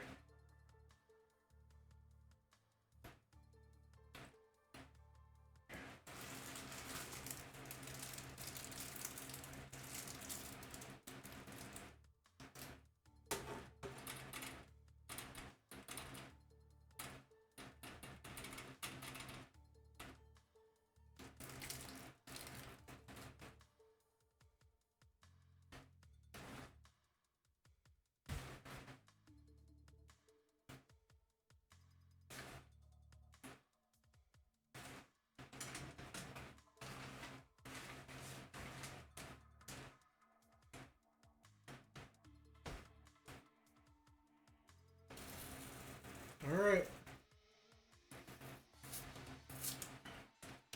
Final stretch.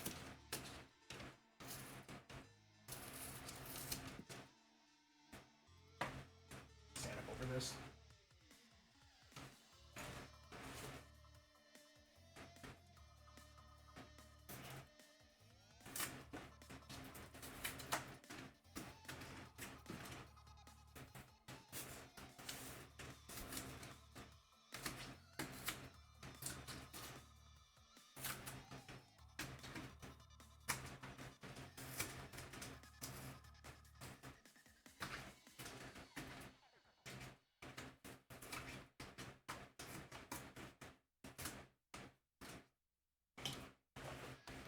It's just high enough where I have to stand my tippy toes to lean over it appropriately to get good grip and a good sight lines.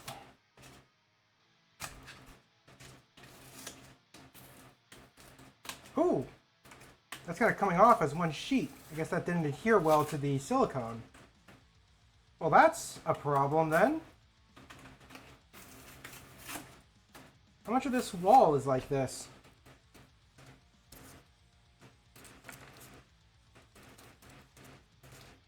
It's like I see the texture of the silicone on it, but it feels like glassy smooth on the stuff. This is towards the end of the can, so I wonder if it just didn't have the ability to do the reaction it needed.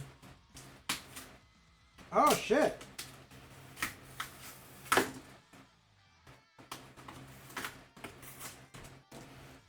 Yeah, no, this is all just like ripping off. Well, that's mildly annoying.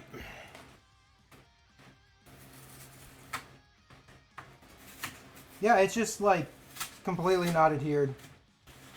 All right. Well, this process got a couple of days longer.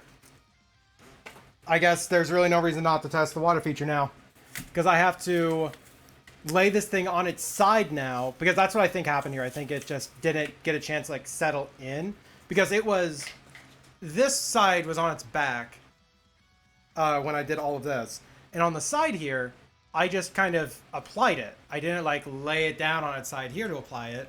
I did all this in one set, but it wasn't very much. I figured it wouldn't like droop back so much, and it didn't. But I think what I have to do is I have to I might even score the silicone a little bit just to get a little bit more grippy, and lay it down so this side's on the bottom, apply all the silicone, or apply the spray foam, let that cure, tear it out, and then I can do the next step. So I guess I have that's gonna take time to cure and everything anyway, so I can't do all the background on this. Well, that's annoying. Yeah, because I have to redo a bunch of this now.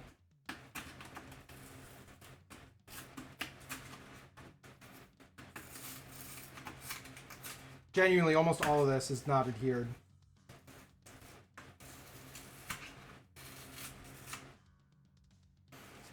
Yep. Ugh. Frustrating. But I'm better to find out now than when there's frogs in here and the thing just falls off the wall due to like weight of plants or something on it, or even a plant gets its way behind it and then I have to tear it out if I have a temporary enclosure for frogs. Thankfully, they can be content and happy inside a shoebox for like a couple of weeks if I need to. I don't have to be, very diligent with them, but like they can do fine in a shoebox. Dart frogs are easy to care for. So I guess summary of what just happened here. I applied all this black silicone to the glass initially to give the spray foam something to adhere to, because if it doesn't, it can just fall off sometimes. Unfortunately, it looks like the spray foam did not adhere to the silicone on the side, and my guess is that my guess is that it was because it didn't have gravity helping it, so it kind of just got a chance to kind of slide off a little bit, and that just prevented it from getting as much grip as it needed. I'm gonna see if I can't fit the gasket onto this.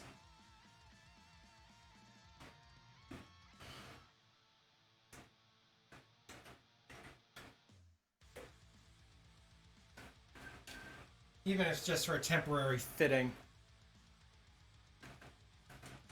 Actually, yeah, I have a lot more depth than I think, because I can have this on this side, have it vertical.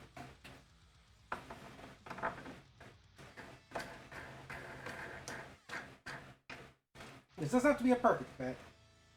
It doesn't have to make a perfect seal. I just need it to seal enough for me to put water in here and test the water feature.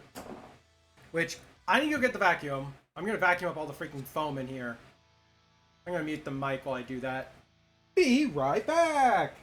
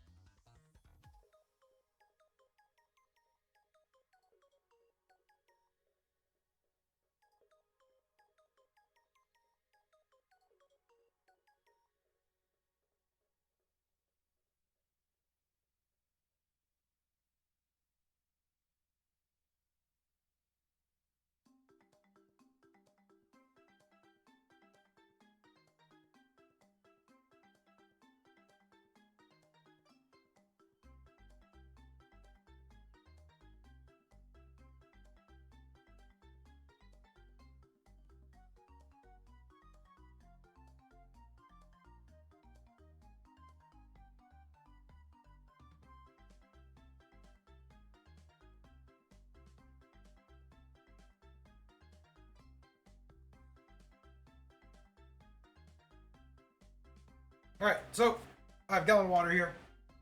Don't know that ought to be enough to do any testing with, but we're gonna find out.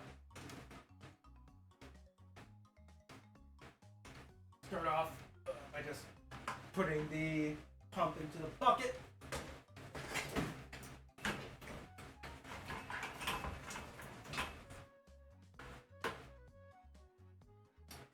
Alright. Where's the pump nozzle?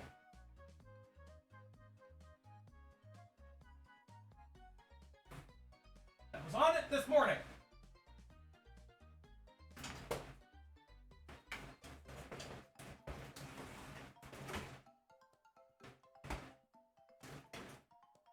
That's a problem if I can't find it.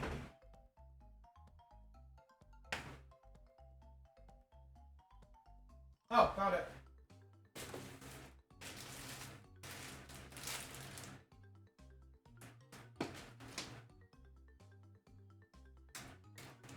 Attached to the tubing.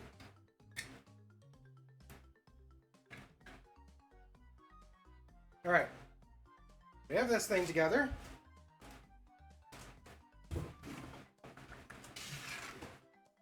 I could put it inside this, but then I have to fill it up enough to submerge it, and that's not really worth it. In a much smaller form factor container. That way I can just do some testing.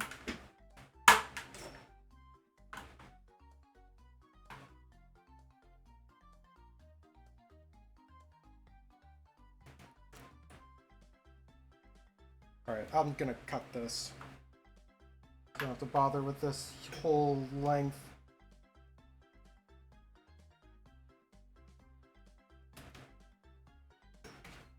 I'm gonna need this stuff later, though. Gonna need the other material later. Other length.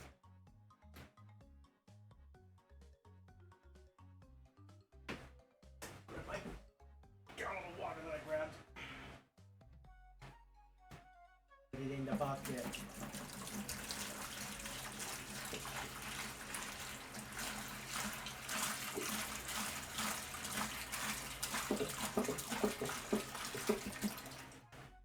Okay. That's set up. Why am I so paranoid about this thing? Honestly, no idea. This stuff is literally made for ponds. My tape, there's the tape. Probably because the fucking nozzle keeps coming out of the thing and I don't want to have to super glue it in right now.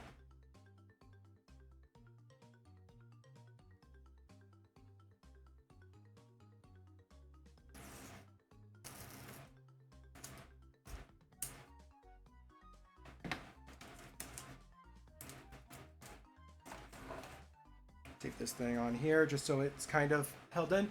Let's actually reposition camera stuffs before I really commit to this. Close this. Where's my trash can? There it is. Nailed it.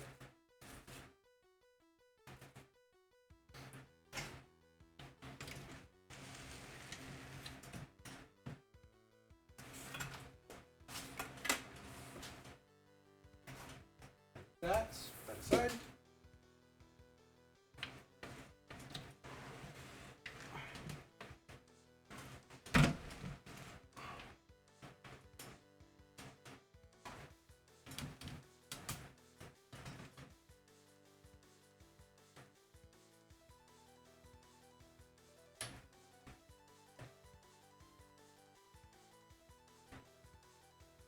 Ignore the tragic mess that is my office right now.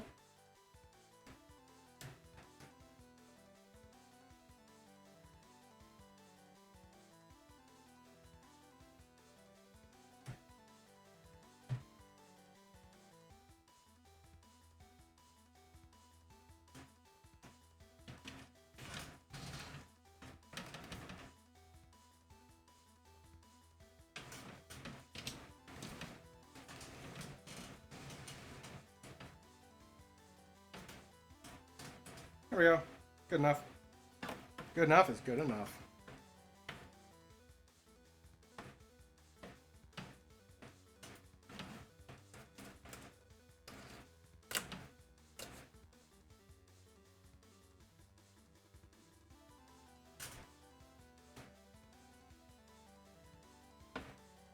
I'm genuinely gonna have to super glue this, aren't I? Alright, plug in the pump. See what the hell happens.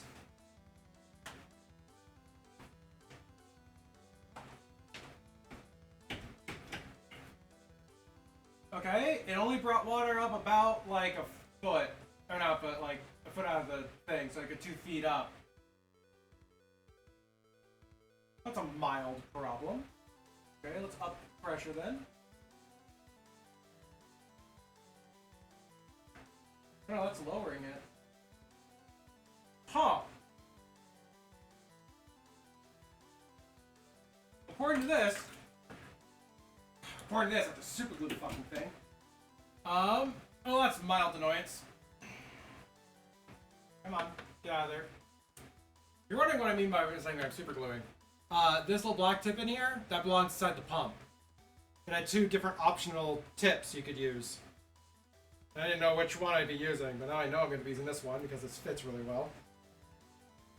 And it's the right size tube. Now I gotta dry this thing off so I can super glue the fucker. Because it just slides out.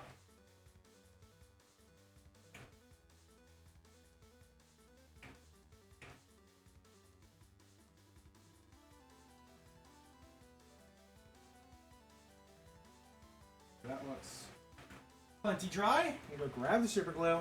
That's gonna have to cure. Shouldn't be too awful long, I guess, but still.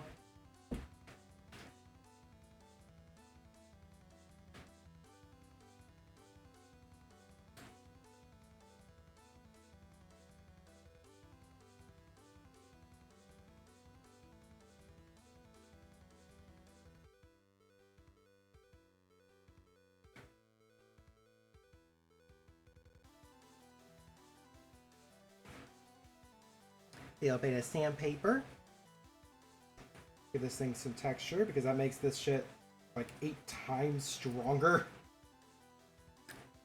Wow, more surface area makes it better?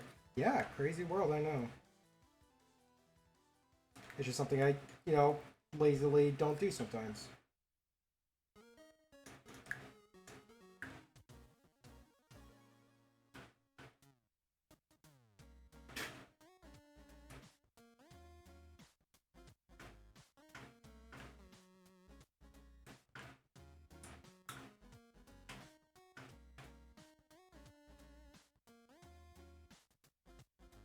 Okay.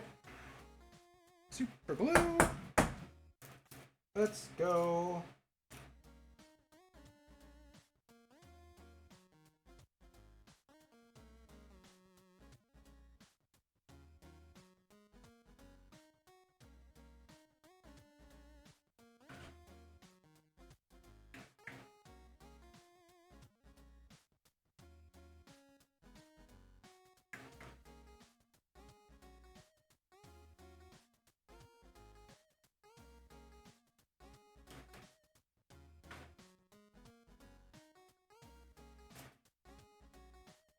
And just like any other time I use cyanoacrylate glue, it got all over my hands. It is impossible for me to go near this stuff without coating myself in it too. Give that bitch like 10 minutes.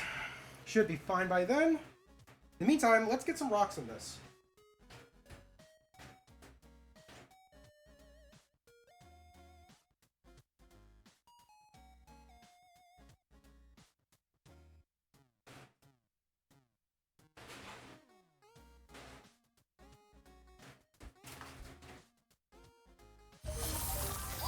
Oh, we got raided. Howdy! Howdy, y'all! Welcome on by the stream. This is a very weird stream. What were y'all up to? Let me move this around so y'all can actually see what the hell we're doing. I'm waiting for some glue to dry, so we got some time. We got some time. Hello, everyone. My name is Zay. I am a character designer and illustrator. Today, I'm building a poison dart frog terrarium. Because I'm gonna get poison dart frogs. I don't have the frogs yet. I'm so sad, but I'm making them a really nice home. Here, let me get you a good view. Apologies for moving the camera. Whoop. Open up the doors a bit. There we go. This is an entirely custom-made background. We were actually just on test the water feature. Building photography backdrop thing and taking some product photos. Ooh! A nice maker stream into a maker stream. Nice. So yeah. This is entirely like actual foam cork with a silicone backdrop with spray foam aquarium safe spray foam insulation on top, carved out to look nicer, and to help also support the water feature we're going to be adding in. Currently we're letting a thing dry, so that way I can test a water feature in it. Custom background with the frogs. Our frogs will be able to make some amazing selfies. Oh yeah, no, they're gonna get such good selfies. They're very photogenic frogs. When I get them. But yeah, this has been taking over my life. Like I don't know why the camera's glitching so much, and I do apologize. That was not happening about 10 minutes ago. That is very bizarre. But anyways, yeah, normally we do art design, or art and character design here. Normally. This is taking over my life, and I'm kind of focusing down on it because it's really fun. Yeah, the hyperfocus, yep. Because why not? This has been a huge undertaking. Yeah. So, hooray! I'm certain a lot of people can understand and relate. But yeah, we're just, again, letting a thing cure. I have to super glue a thing for the water pump so I can test this. We're actually still put sand in the top, or rocks in the top here, so we can see how it looks. So I guess I'll move the camera back. Y'all can see the terrarium.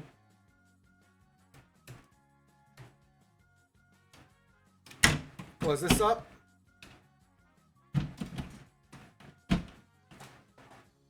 This thing is freaking huge. Well, it's huge for 2 frogs.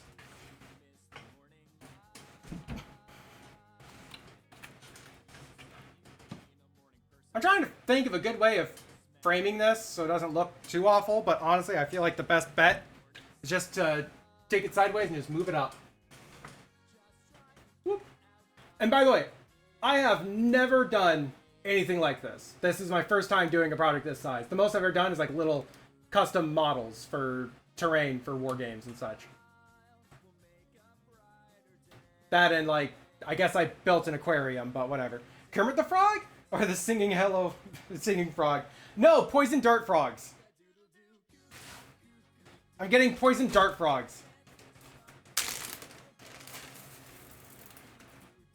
Aquarium gravel.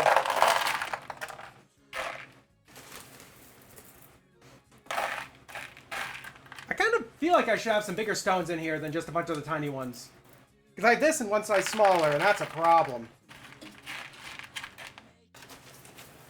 Maybe this will look okay. Maybe. Maybe. I want to be able to hear it. But immediately, like messed with my nail. That was like instantaneous. I chipped a nail on that. Ninja frogs that throw poison darts. Nah, you're not terribly far off though.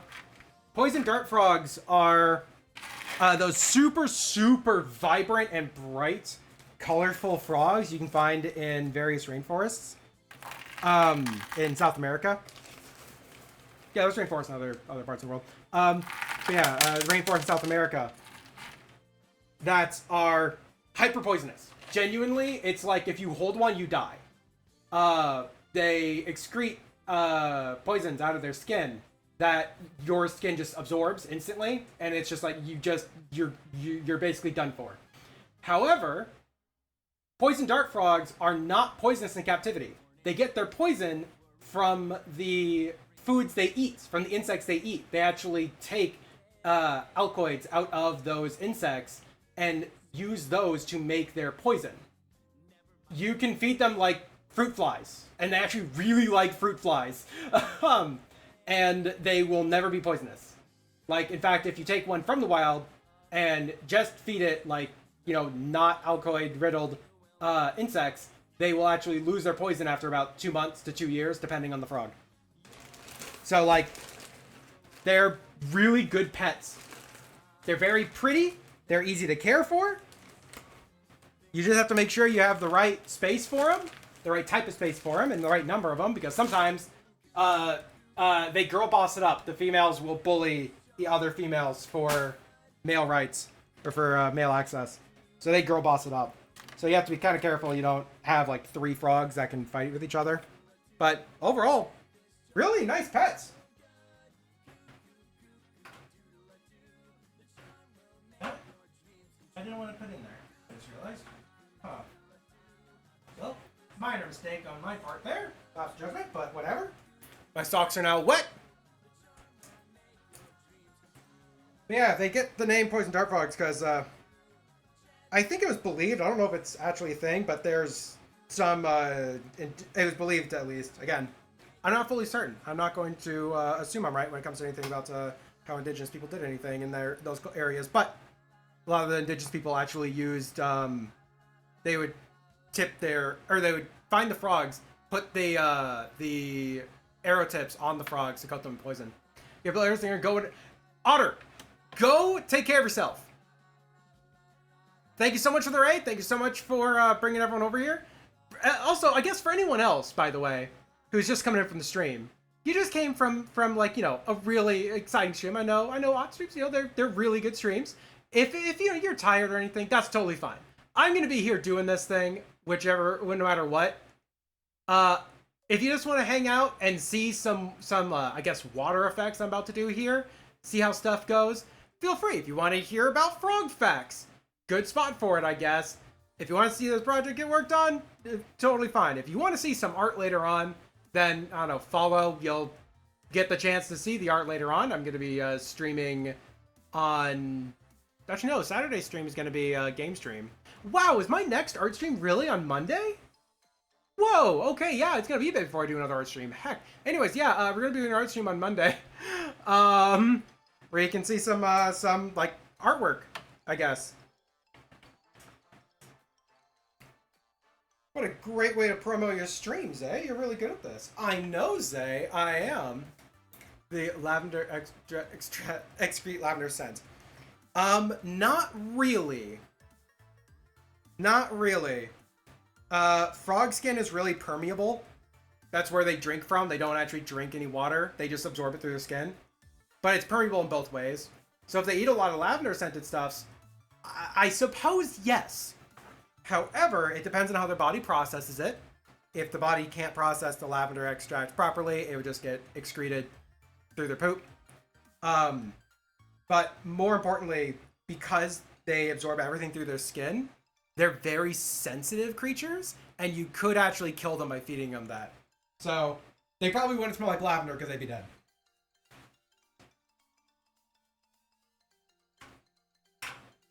Alright.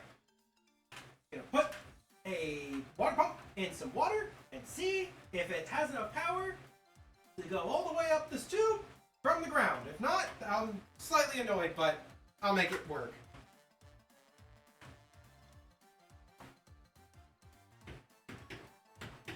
Ah, go on, plug it in.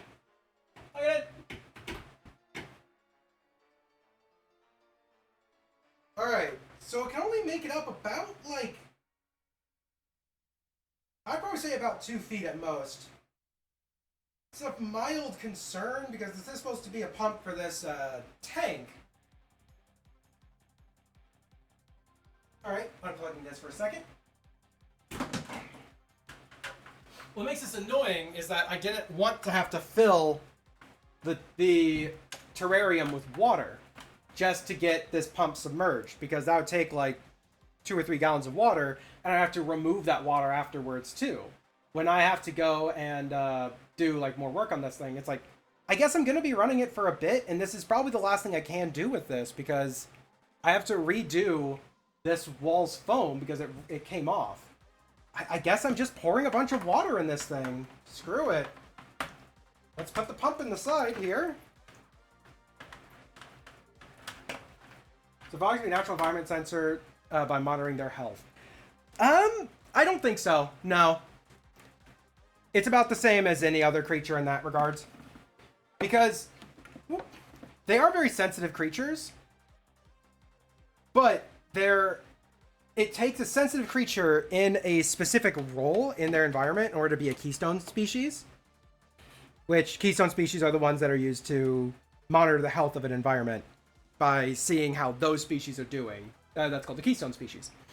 I don't believe poison dart frogs are a very good keystone species because the role they fill in nature isn't one that is key to the ecosystem cycle.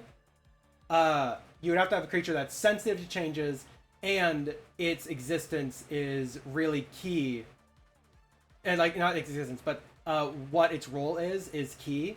So you can easily monitor how it's doing by the lack of it in that ecosystem. So like, let's say if poison dart frogs were required for, I don't know, maintaining a certain species of insect doesn't become overpopulated and destroy a key plant, things like that, right? Which they aren't. Poison dart frogs are kind of selfish and they're in the ecosystem. They kind of do their own thing. But if they were, then a poison dart frog species, and let's say they would also have to be really sensitive to the like acidity of the water, which they might be, but not to the degree it would have to be. But extrapolating examples by extrapolating examples here. Yeah, if they were really sensitive to the acidity of the water, and they were... I'm going to pour this in and then talk, because it's kind of hard to do both and hear me. Anyways, so yeah, let's say they were really sensitive to the acidity of the water, and they were key for certain insect control populations. You could tell that the water was getting really acidic because the frogs were like dying out. And so then you would see a huge rise in the number of these insects, and subsequently the plants that they were overeating would be struggling a lot more. So you could tell that the water is acidic because of those end goal changes and how it changes the overall ecosystem they're in. Keystone species are fascinating, and it's far more complex than the example I just gave. In fact, it's not even a great example, but whatever. It's an easy to understand one, I think. I'm gonna fill up this other thing of water.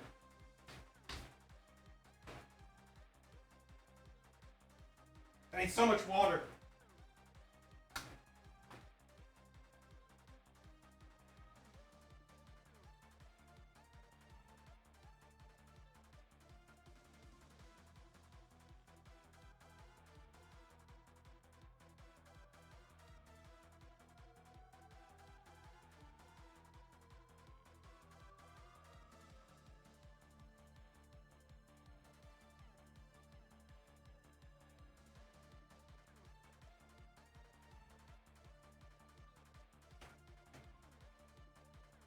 That was about 1 gallon. Let's add in about 1 more gallon.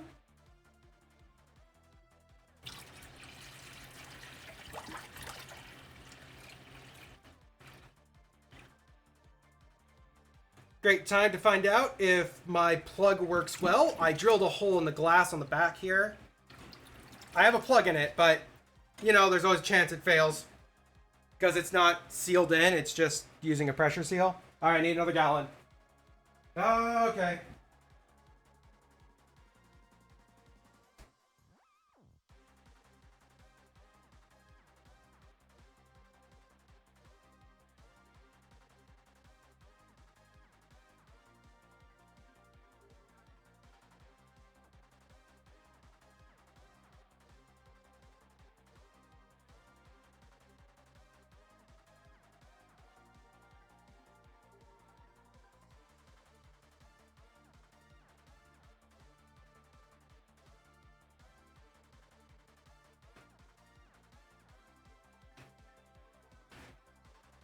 All this just so I can run a pump to see if the water stuff looks nice.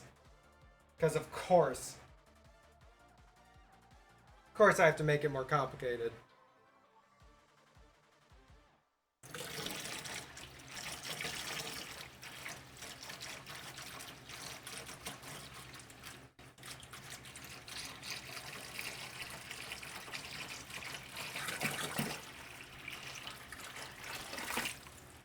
lot of water in here. Alright, the pump is now submerged. Just about.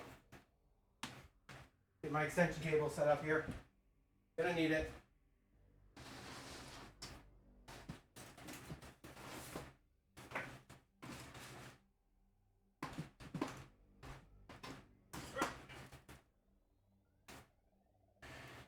Oh, this is a time.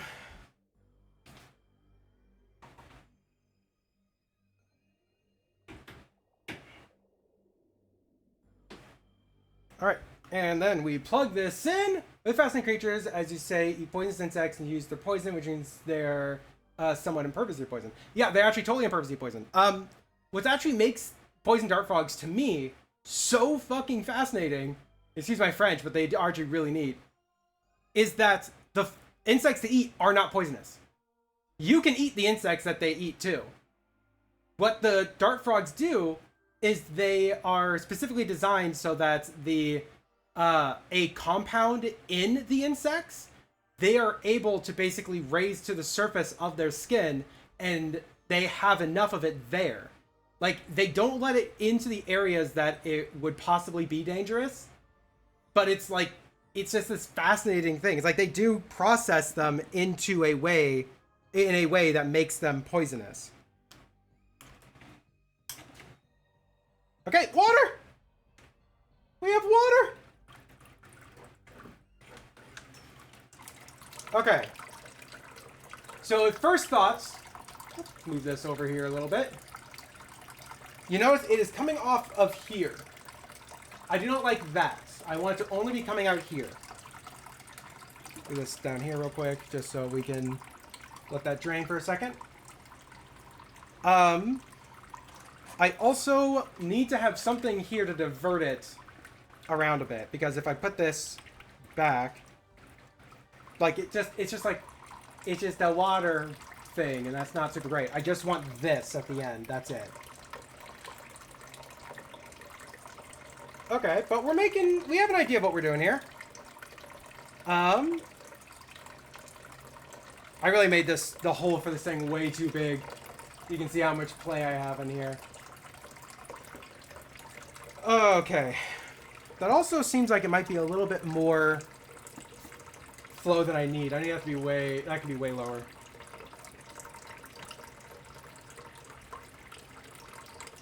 That's really not that much lower. Flip that around though. There's like a dial on the pump. Trying to use the sound of it to tell if it's slower or faster.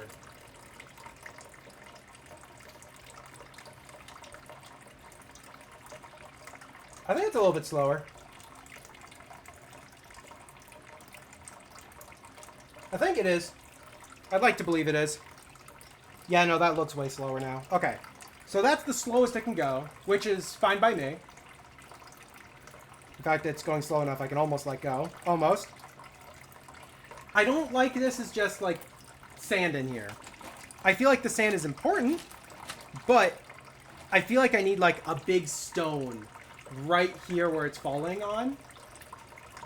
Also, I need to find a good way to position this where it's not going to, like, be causing any problems. I could cut the foam out a little bit at the bottom here. Yeah, let's try that out. Okay, I'm going to cut a V into this foam, so that way we can fit the tube in a little easier.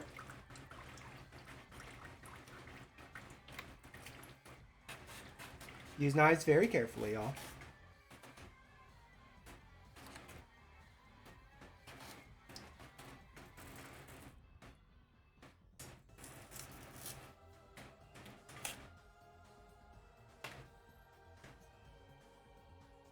Alright, does this fit well? Yeah, it actually fits really well in there. So let's see how that looks. Plug it in.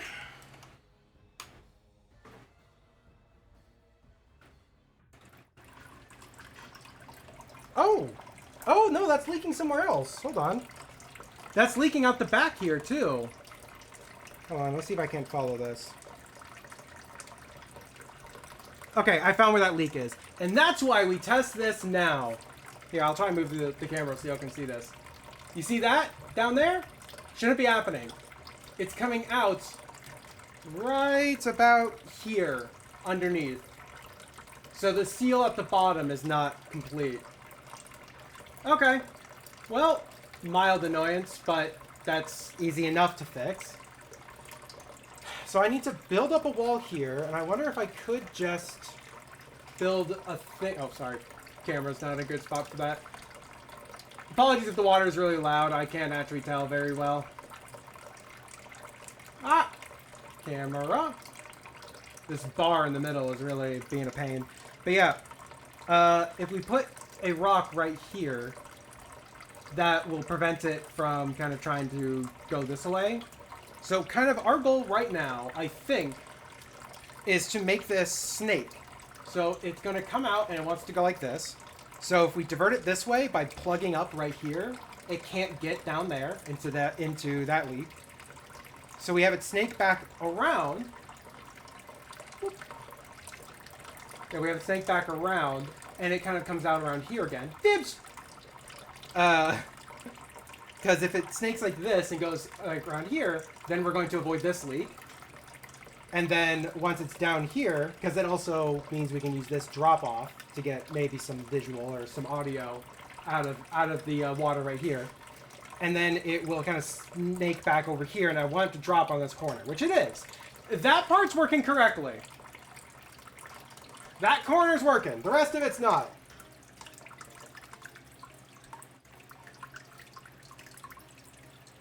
I'm probably going to actually hang some moss off the end of this just to kind of dampen the sound. That might be kind of cool. Because, I'll be honest, that sounds awful. I want, like, very light trickle sounds. And this is the slowest this pump can go. Okay. So, I need... Honestly, I wonder if I can take the spray foam and just fill in right here, and then, like, fill in right here, and then I can carve that off? Alright, Mark. Like, that might be what we have to do. Or... So, because... I'm gonna unplug this so I can talk, and not feel like I have to talk over the water. So, this width of this water feature is way wider than I need it to be. I did that because I thought that the foam insulation on the back would be a lot thicker. And so I was accounting for all that space. But, as you can tell, it did not expand nearly as much as I thought. So, I could actually just fill this with the... Sorry, burps at the wrong time. I could just fill this with spray foam insulation. And then just carve a trough out in the shape that I want. Oh, wait, no, I'd have to seal it then, because this is kind of acting as the majority of the seal. Like, yeah, this stuff is a sealant, but it not as good when it's carved off. So, which is, like, I avoided carving it back here, but apparently I missed a spot, so whatever. I'm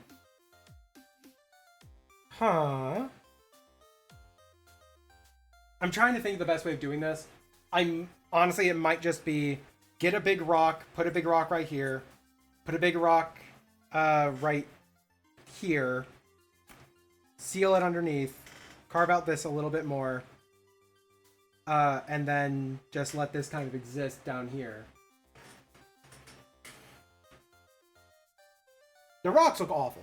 I don't like the rocks in this. Like, maybe as accent stuff, but not like, you know, as the only thing. I'm going to check for if I have something real quick.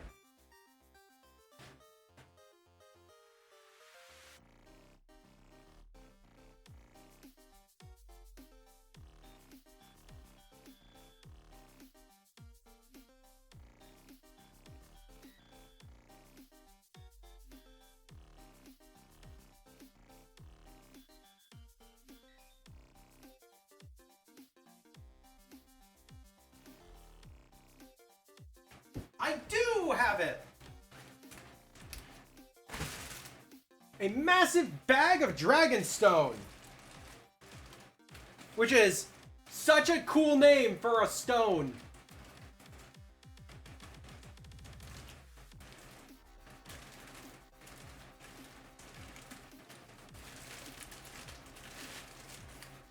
Here, let me show you some of these pieces. This is Dragonstone. I don't know if it'll fit this terrarium very well. But it's a big stone, it's a big bag of stones that I have that I can use to kind of divert the flow and see how it looks. And I have a lot of different sizes in here too. It's very dusty though. But yeah, it's like, you know, I can just like kind of fit a rock in and be like, oh, does that look good? Then I can find about the same size stone.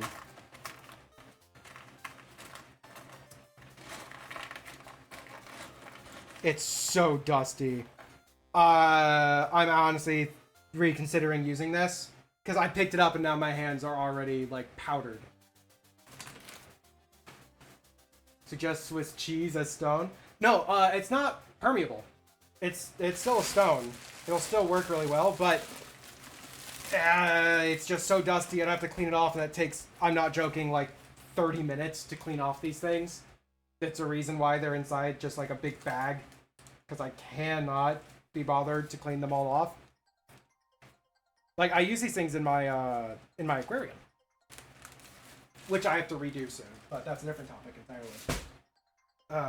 That's annoying.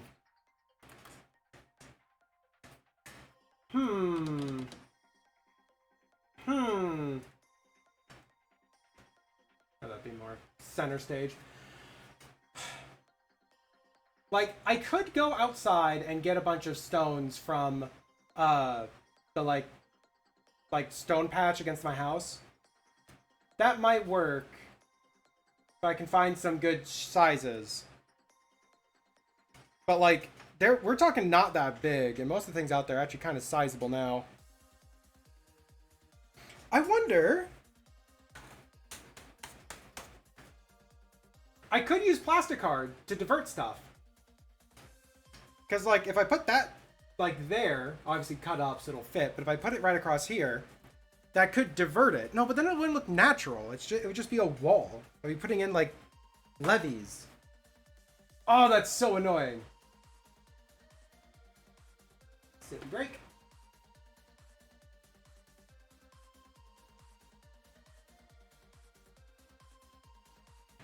Currently, okay, I'm going to look up something. I need to see if people say that the spray foam, if this cut up works well as a water feature, then I'm going to fill this whole thing and then just, you know, fill it with I'm going to fill the whole thing with spray foam insulation, and then I'll carve out the shape that I want. If people are saying that it cut up is a really shitty water feature, then I might still do that, but I have to go through a lot of extra steps to seal it. So I'm just going to grab my phone and do a little bit of research.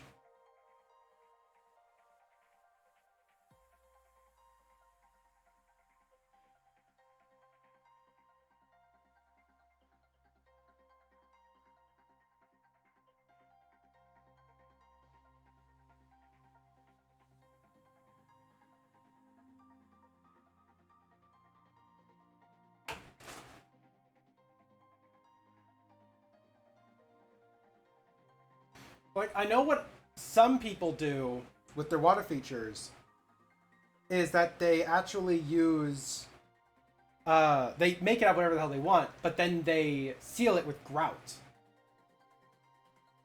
But I don't want to go out and pick up grout.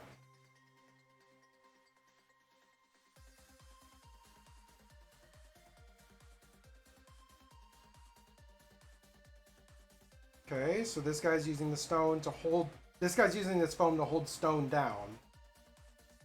But he's not cutting it up after the fact. He's scraping off the excess while it's still curing.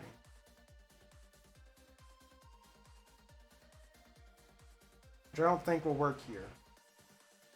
Because I don't really have the ability to, like, move it around.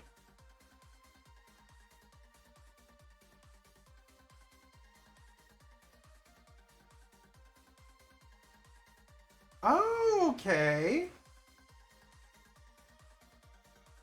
Double checking.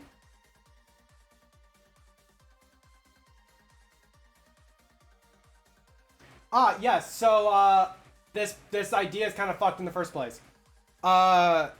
This stuff isn't even waterproof in the first place. It's apparently only water resistant. So you can't use it as... Well, why the fuck are they even suggesting using it in water features then? Hold on, no, I'm gonna double check this.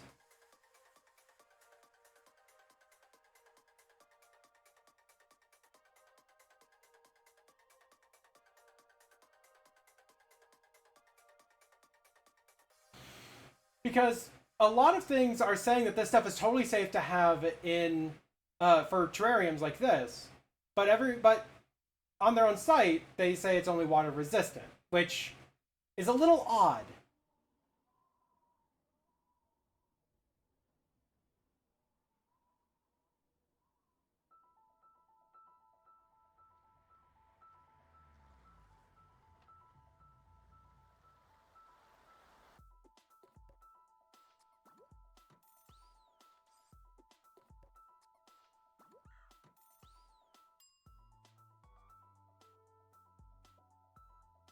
Ah, I see now what is going on with this.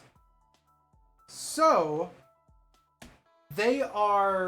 what they're using it for, the company that makes the foam is using it for, is they're using it for ponds and water features, because you put down a whole thing of you put down the tarp first, and to help hold the water features on, you use this foam, and it helps to prevent water from getting between the cracks in the stones you're putting up. So it's all still within the water feature, it's all still within the like sealed foam container, or the sealed trough that you're making, but it itself is not the thing making the seal, if that makes any sense for anyone here. So that means that this idea was like to seal it using this stuff is a little bit flawed. But, sorry, there's a little bit of stuff there. What I can do is I can use it to help shape all of this, and then go over it with a sealant, like silicone, the stuff I'm already using across the back, and to seal up a lot of the gaps in here. So this project is not nearly done. That's all I'm saying. Yeah, you and me both. Talking about the thing dripping over there. So what I have to do next is really annoying. I have to clean out all the rocks from this. I have to remove all the water from below. And then I have to fill this entire trough with the spray foam. Once it's cured, which takes 8 hours to cure according to them, but I would probably do so tomorrow just because 8 hours from now is when I get ready to go to sleep, I'm going to be honest. Yeah, so tomorrow I can come at this with a knife, carve out the shape that I want in this trough, and once I have that carved out, I can then, oh shit, I can't test it then. I can try and apply myself on. Once I have it carved out, I can go through and just layer it with a layer of the silicone sealant. The silicone sealant, by the way, that I'm using for my aquarium right now, so I know it works really well for this purpose. It works really for a bead of it, but I can definitely put a lot of it down, smooth it down as best as I can across. Then once I have that kind of cured, I can go over it again just to get a double coat, make sure it's really freaking sealed. Test it once that's cured. Once I know that that's a good seal, I can try and fit some rocks in. Oh, this is gonna be such a time. However, I feel like I should probably end the stream because this is just gonna be cleanup now. Literally, I have to put all of this rock away. I have to empty the water. I have a bulkhead. I have a bulkhead back here that I have the other side down. I can't really show it too well on the camera, I'm sorry. But I have a bulkhead down there. All I have to do is just undo a seal in there, and a lot of the water will come out. The problem is that a lot of water is going to come out. I'm in my office. I'm not really outside. So I'm going to have to actually enlist a little bit of help from the roommates. But yeah, no, I'm just going to be cleaning up here. And then filling this bitch with foam. Which is not very interesting to see. Fleetwood, thanks so much for the follow. Sorry that I can't show off more here. But, I mean, I made progress on this, hey! Yeah, the next art stream that I'm doing is going to be on Monday. The next stream I'm doing is going to be on Saturday. Why did I talk about this during the raid? Saturday, we're going live with a board game that I designed in Tabletop Simulator. It's called Zay's Happy Game, and it may or may not be a very fun time only for me. So, if you want to come by and see a board game and how much I torture all my friends, come by on Saturday. Monday I'm going to be doing art. I hope. I'll be honest, there's a chance I might still focus in on this and try to get this thing done. Because I need to have this as done as possible before winter gets here. Because otherwise, I might not be able to get the frogs for, like, till, like, May. So, like, there's a distinct chance I can't get the frogs till, like, May. So, yep. I'm gonna end off stream. Thank y'all so much for joining me. Peace. Be awesome. Do all the stuff. I'm gonna step away and turn off the stream because my button's over there. Actually, no, it's not. I have my mouse behind me. Where the hell's the mouse? Wait, where's the mouse? Where's the mouse? Alright, is it over here? I can't end the stream without that. It is over here. I left it over here. Dummy me.